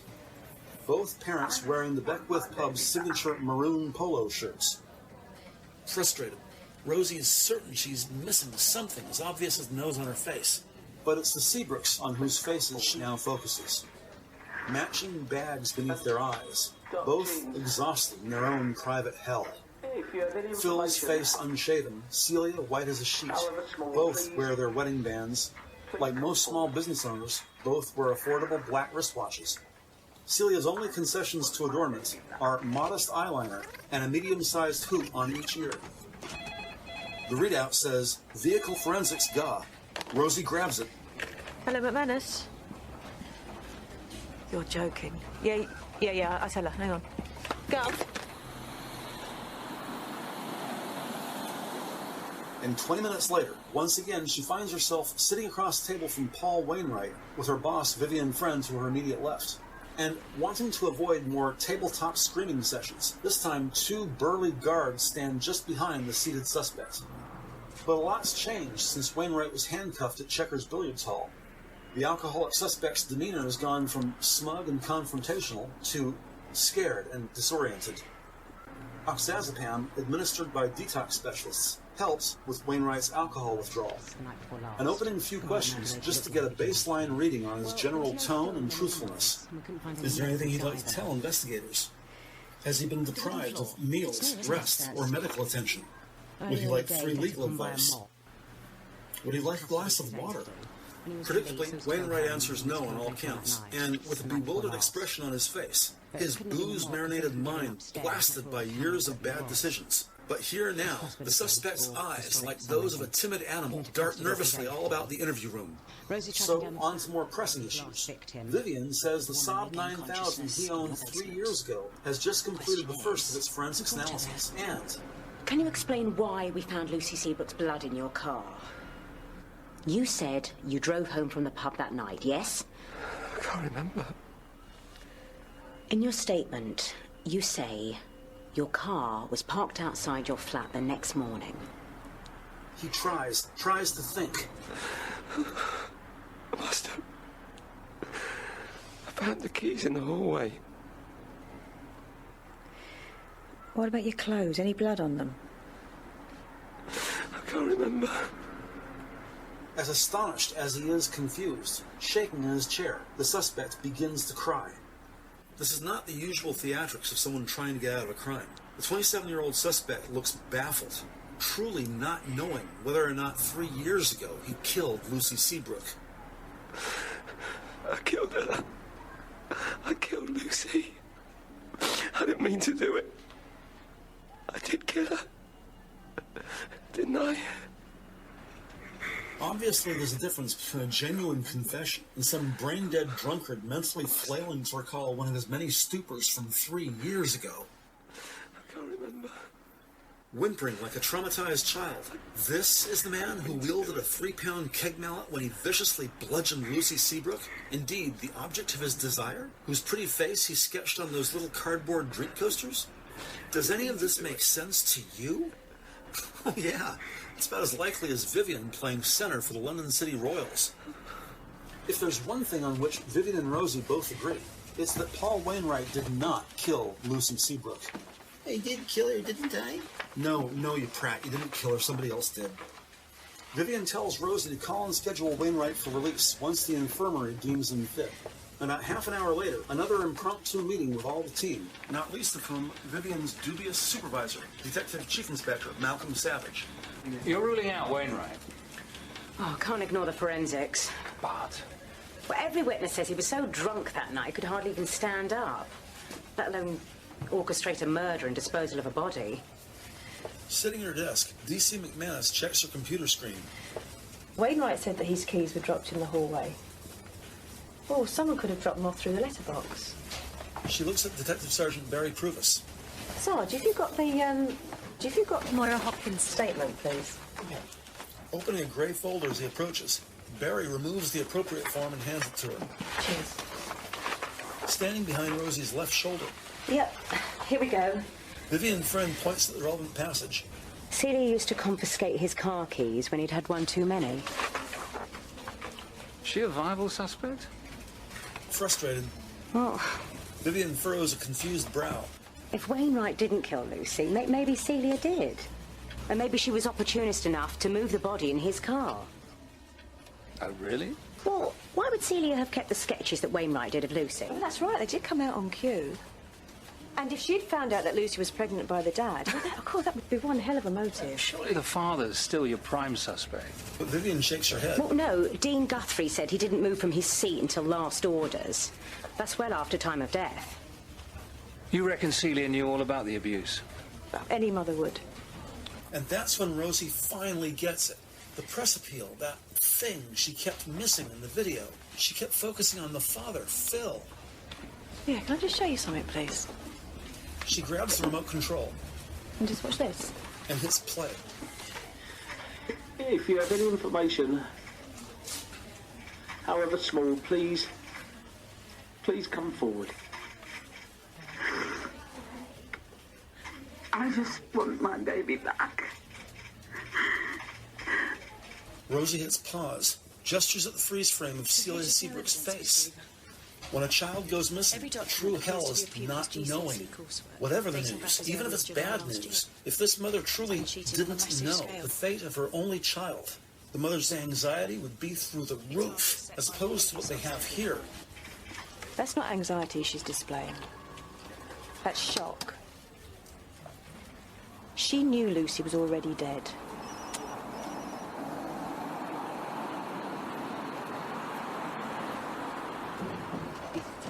The barmaid, Moira Hopkins, works once a week at her brother's wrecking yard in Hammersmith.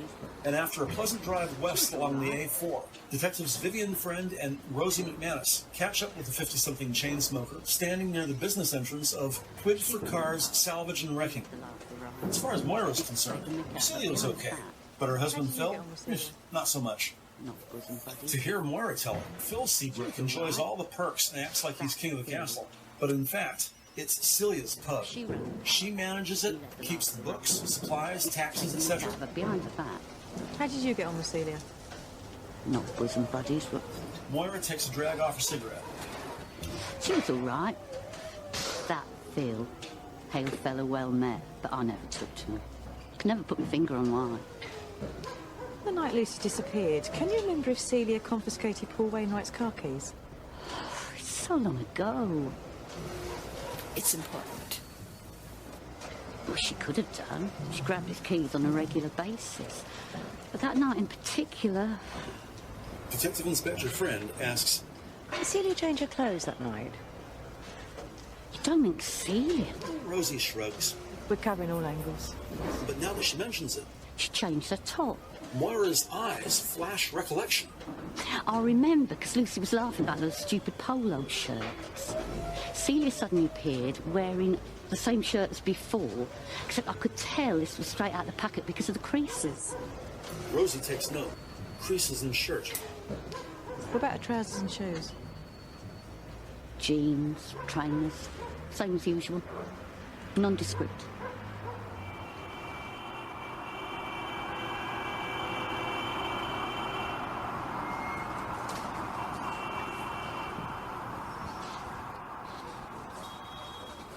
Once back at M.I.T, momentarily shifting their focus away from Phil, Vivian and Rosie review what they know so far about the victim's mother.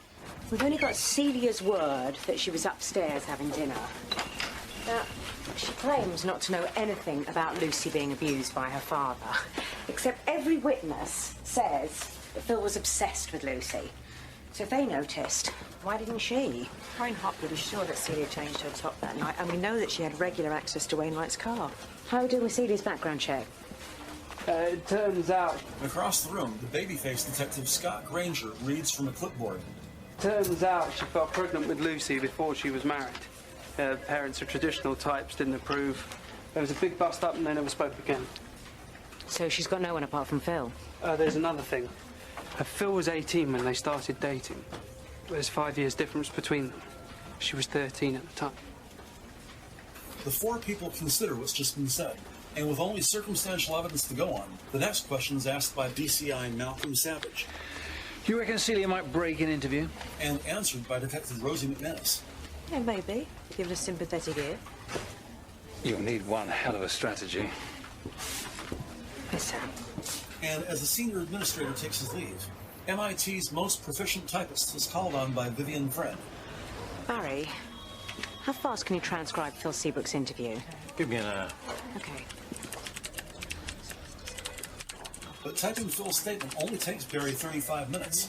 And a short time later, once again, Celia Seabrook, this time wearing her maroon polo shirt, sits across the table from Vivian Friend and Rosie McManus, who is currently reading aloud Phil's statement. Lucy was always wise beyond her years. We'd gone through so much together. Understood each other. One day she told me, "I love you, Daddy. I really love you," she said. She kissed me. And she kissed me again, on the lips. Celia's eyes clamped shut. I remember her smile. I held her. She wanted me to touch her.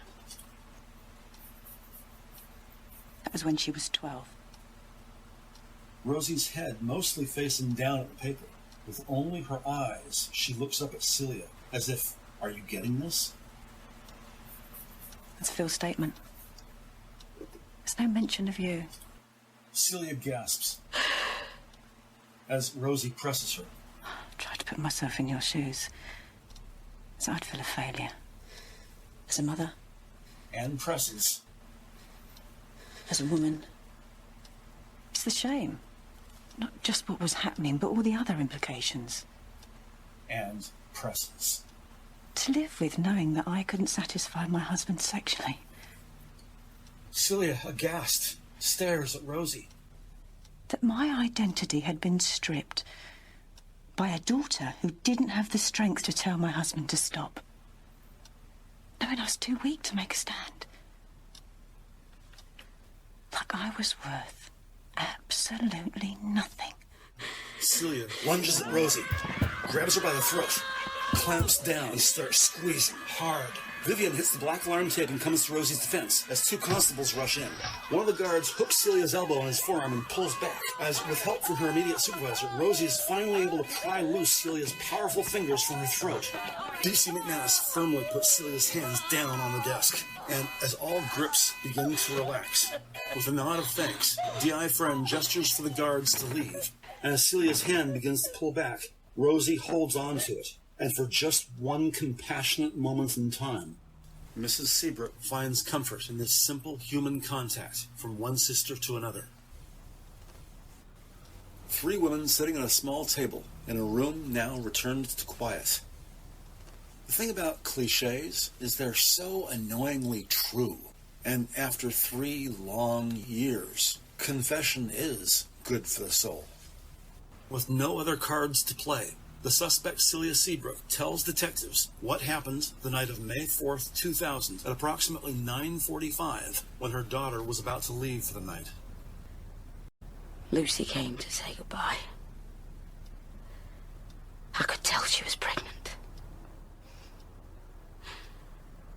She broke down, ran out of the kitchen. So I followed her. Dean was on the karaoke next door in the bar. House of the Rising Sun. The only song he could sing. Go on. I needed to know. She launched at me. So I pushed her down the cellar stairs. Her right hand covers her face. I felt so ashamed.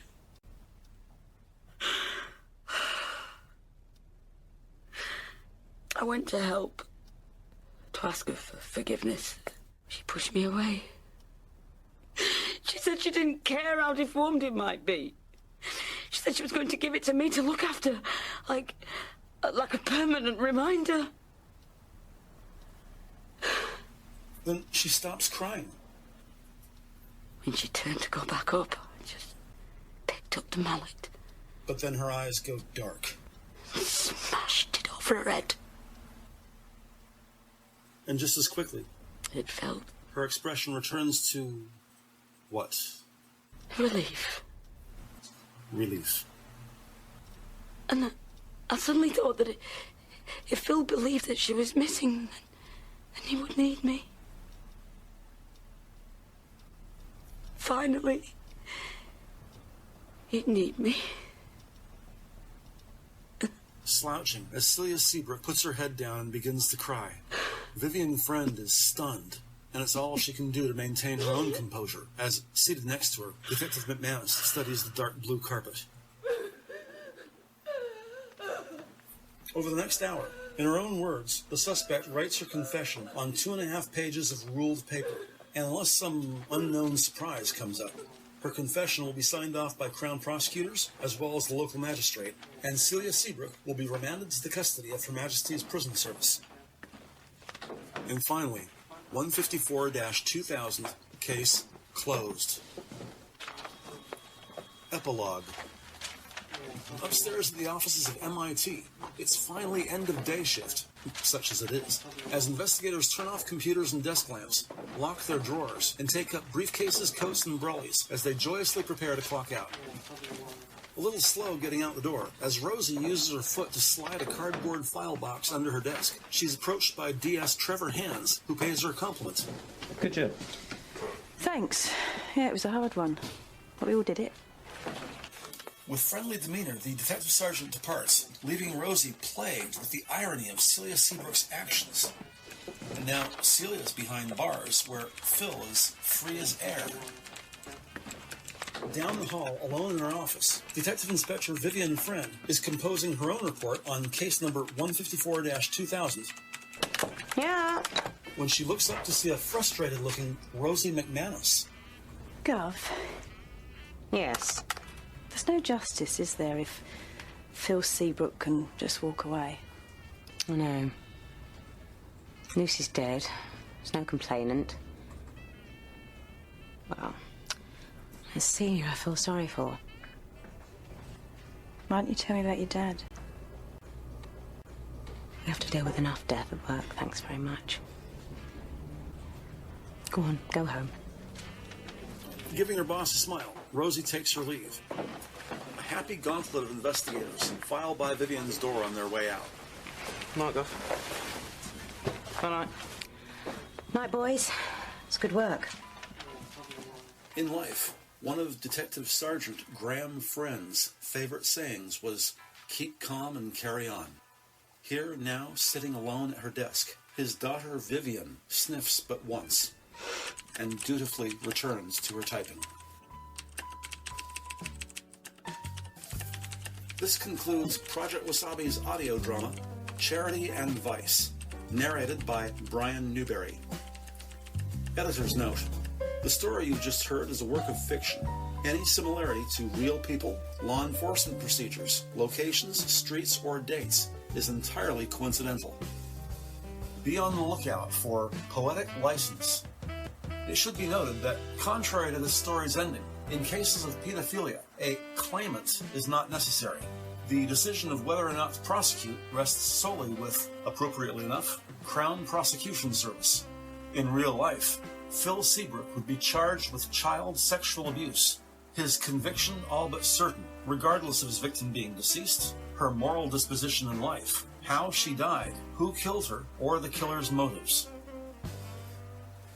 Produced by Project Wasabi, copyright 2022. This narrated program, Charity and Vice, is an audio adaptation of the TV show M.I.T, Murder Investigation Team, Season 1, Episode 2, Daddy's Little Girl, which first aired on May 10th, 2003. Written by Paul Marquez and Jake Rydell, directed by Michael Offer, Daddy's Little Girl featured the following actors. The role of D.I. Vivian Friend, played by Samantha Spiro. The role of D.C. Rosie McManus, played by Lindsay Colson. D.S. Barry Pruvis, played by Richard Hope. D.S. Trevor Hands, played by Michael McKell. D.C. Patrick Lincoln, played by Andrew Somerville. D.C. Scott Granger, played by Joe Shaw. The father, Phil Seabrook, played by Bradley Walsh. The mother, Celia Seabrook, played by Tracy Bennett.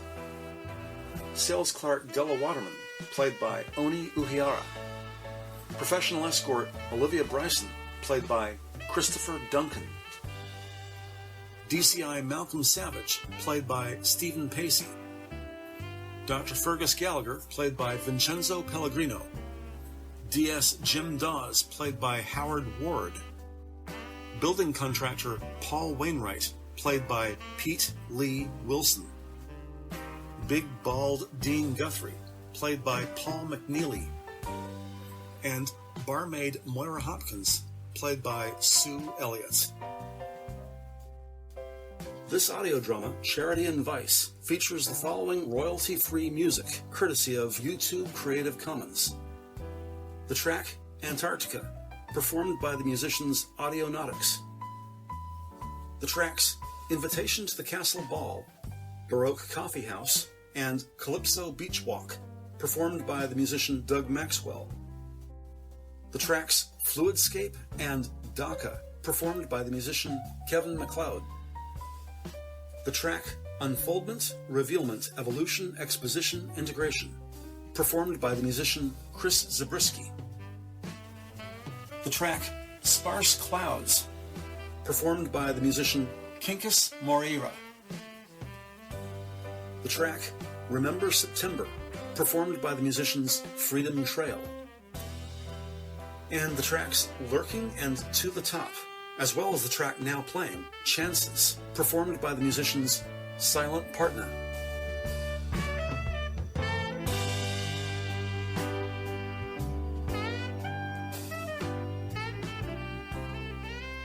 If you enjoyed this Theater of the Mind audio podcast, we hope you'll share it on social media.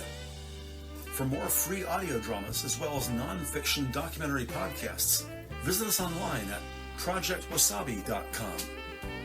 On behalf of Project Wasabi, this is Brian Newberry saying thank you for listening, and we'll talk to you soon.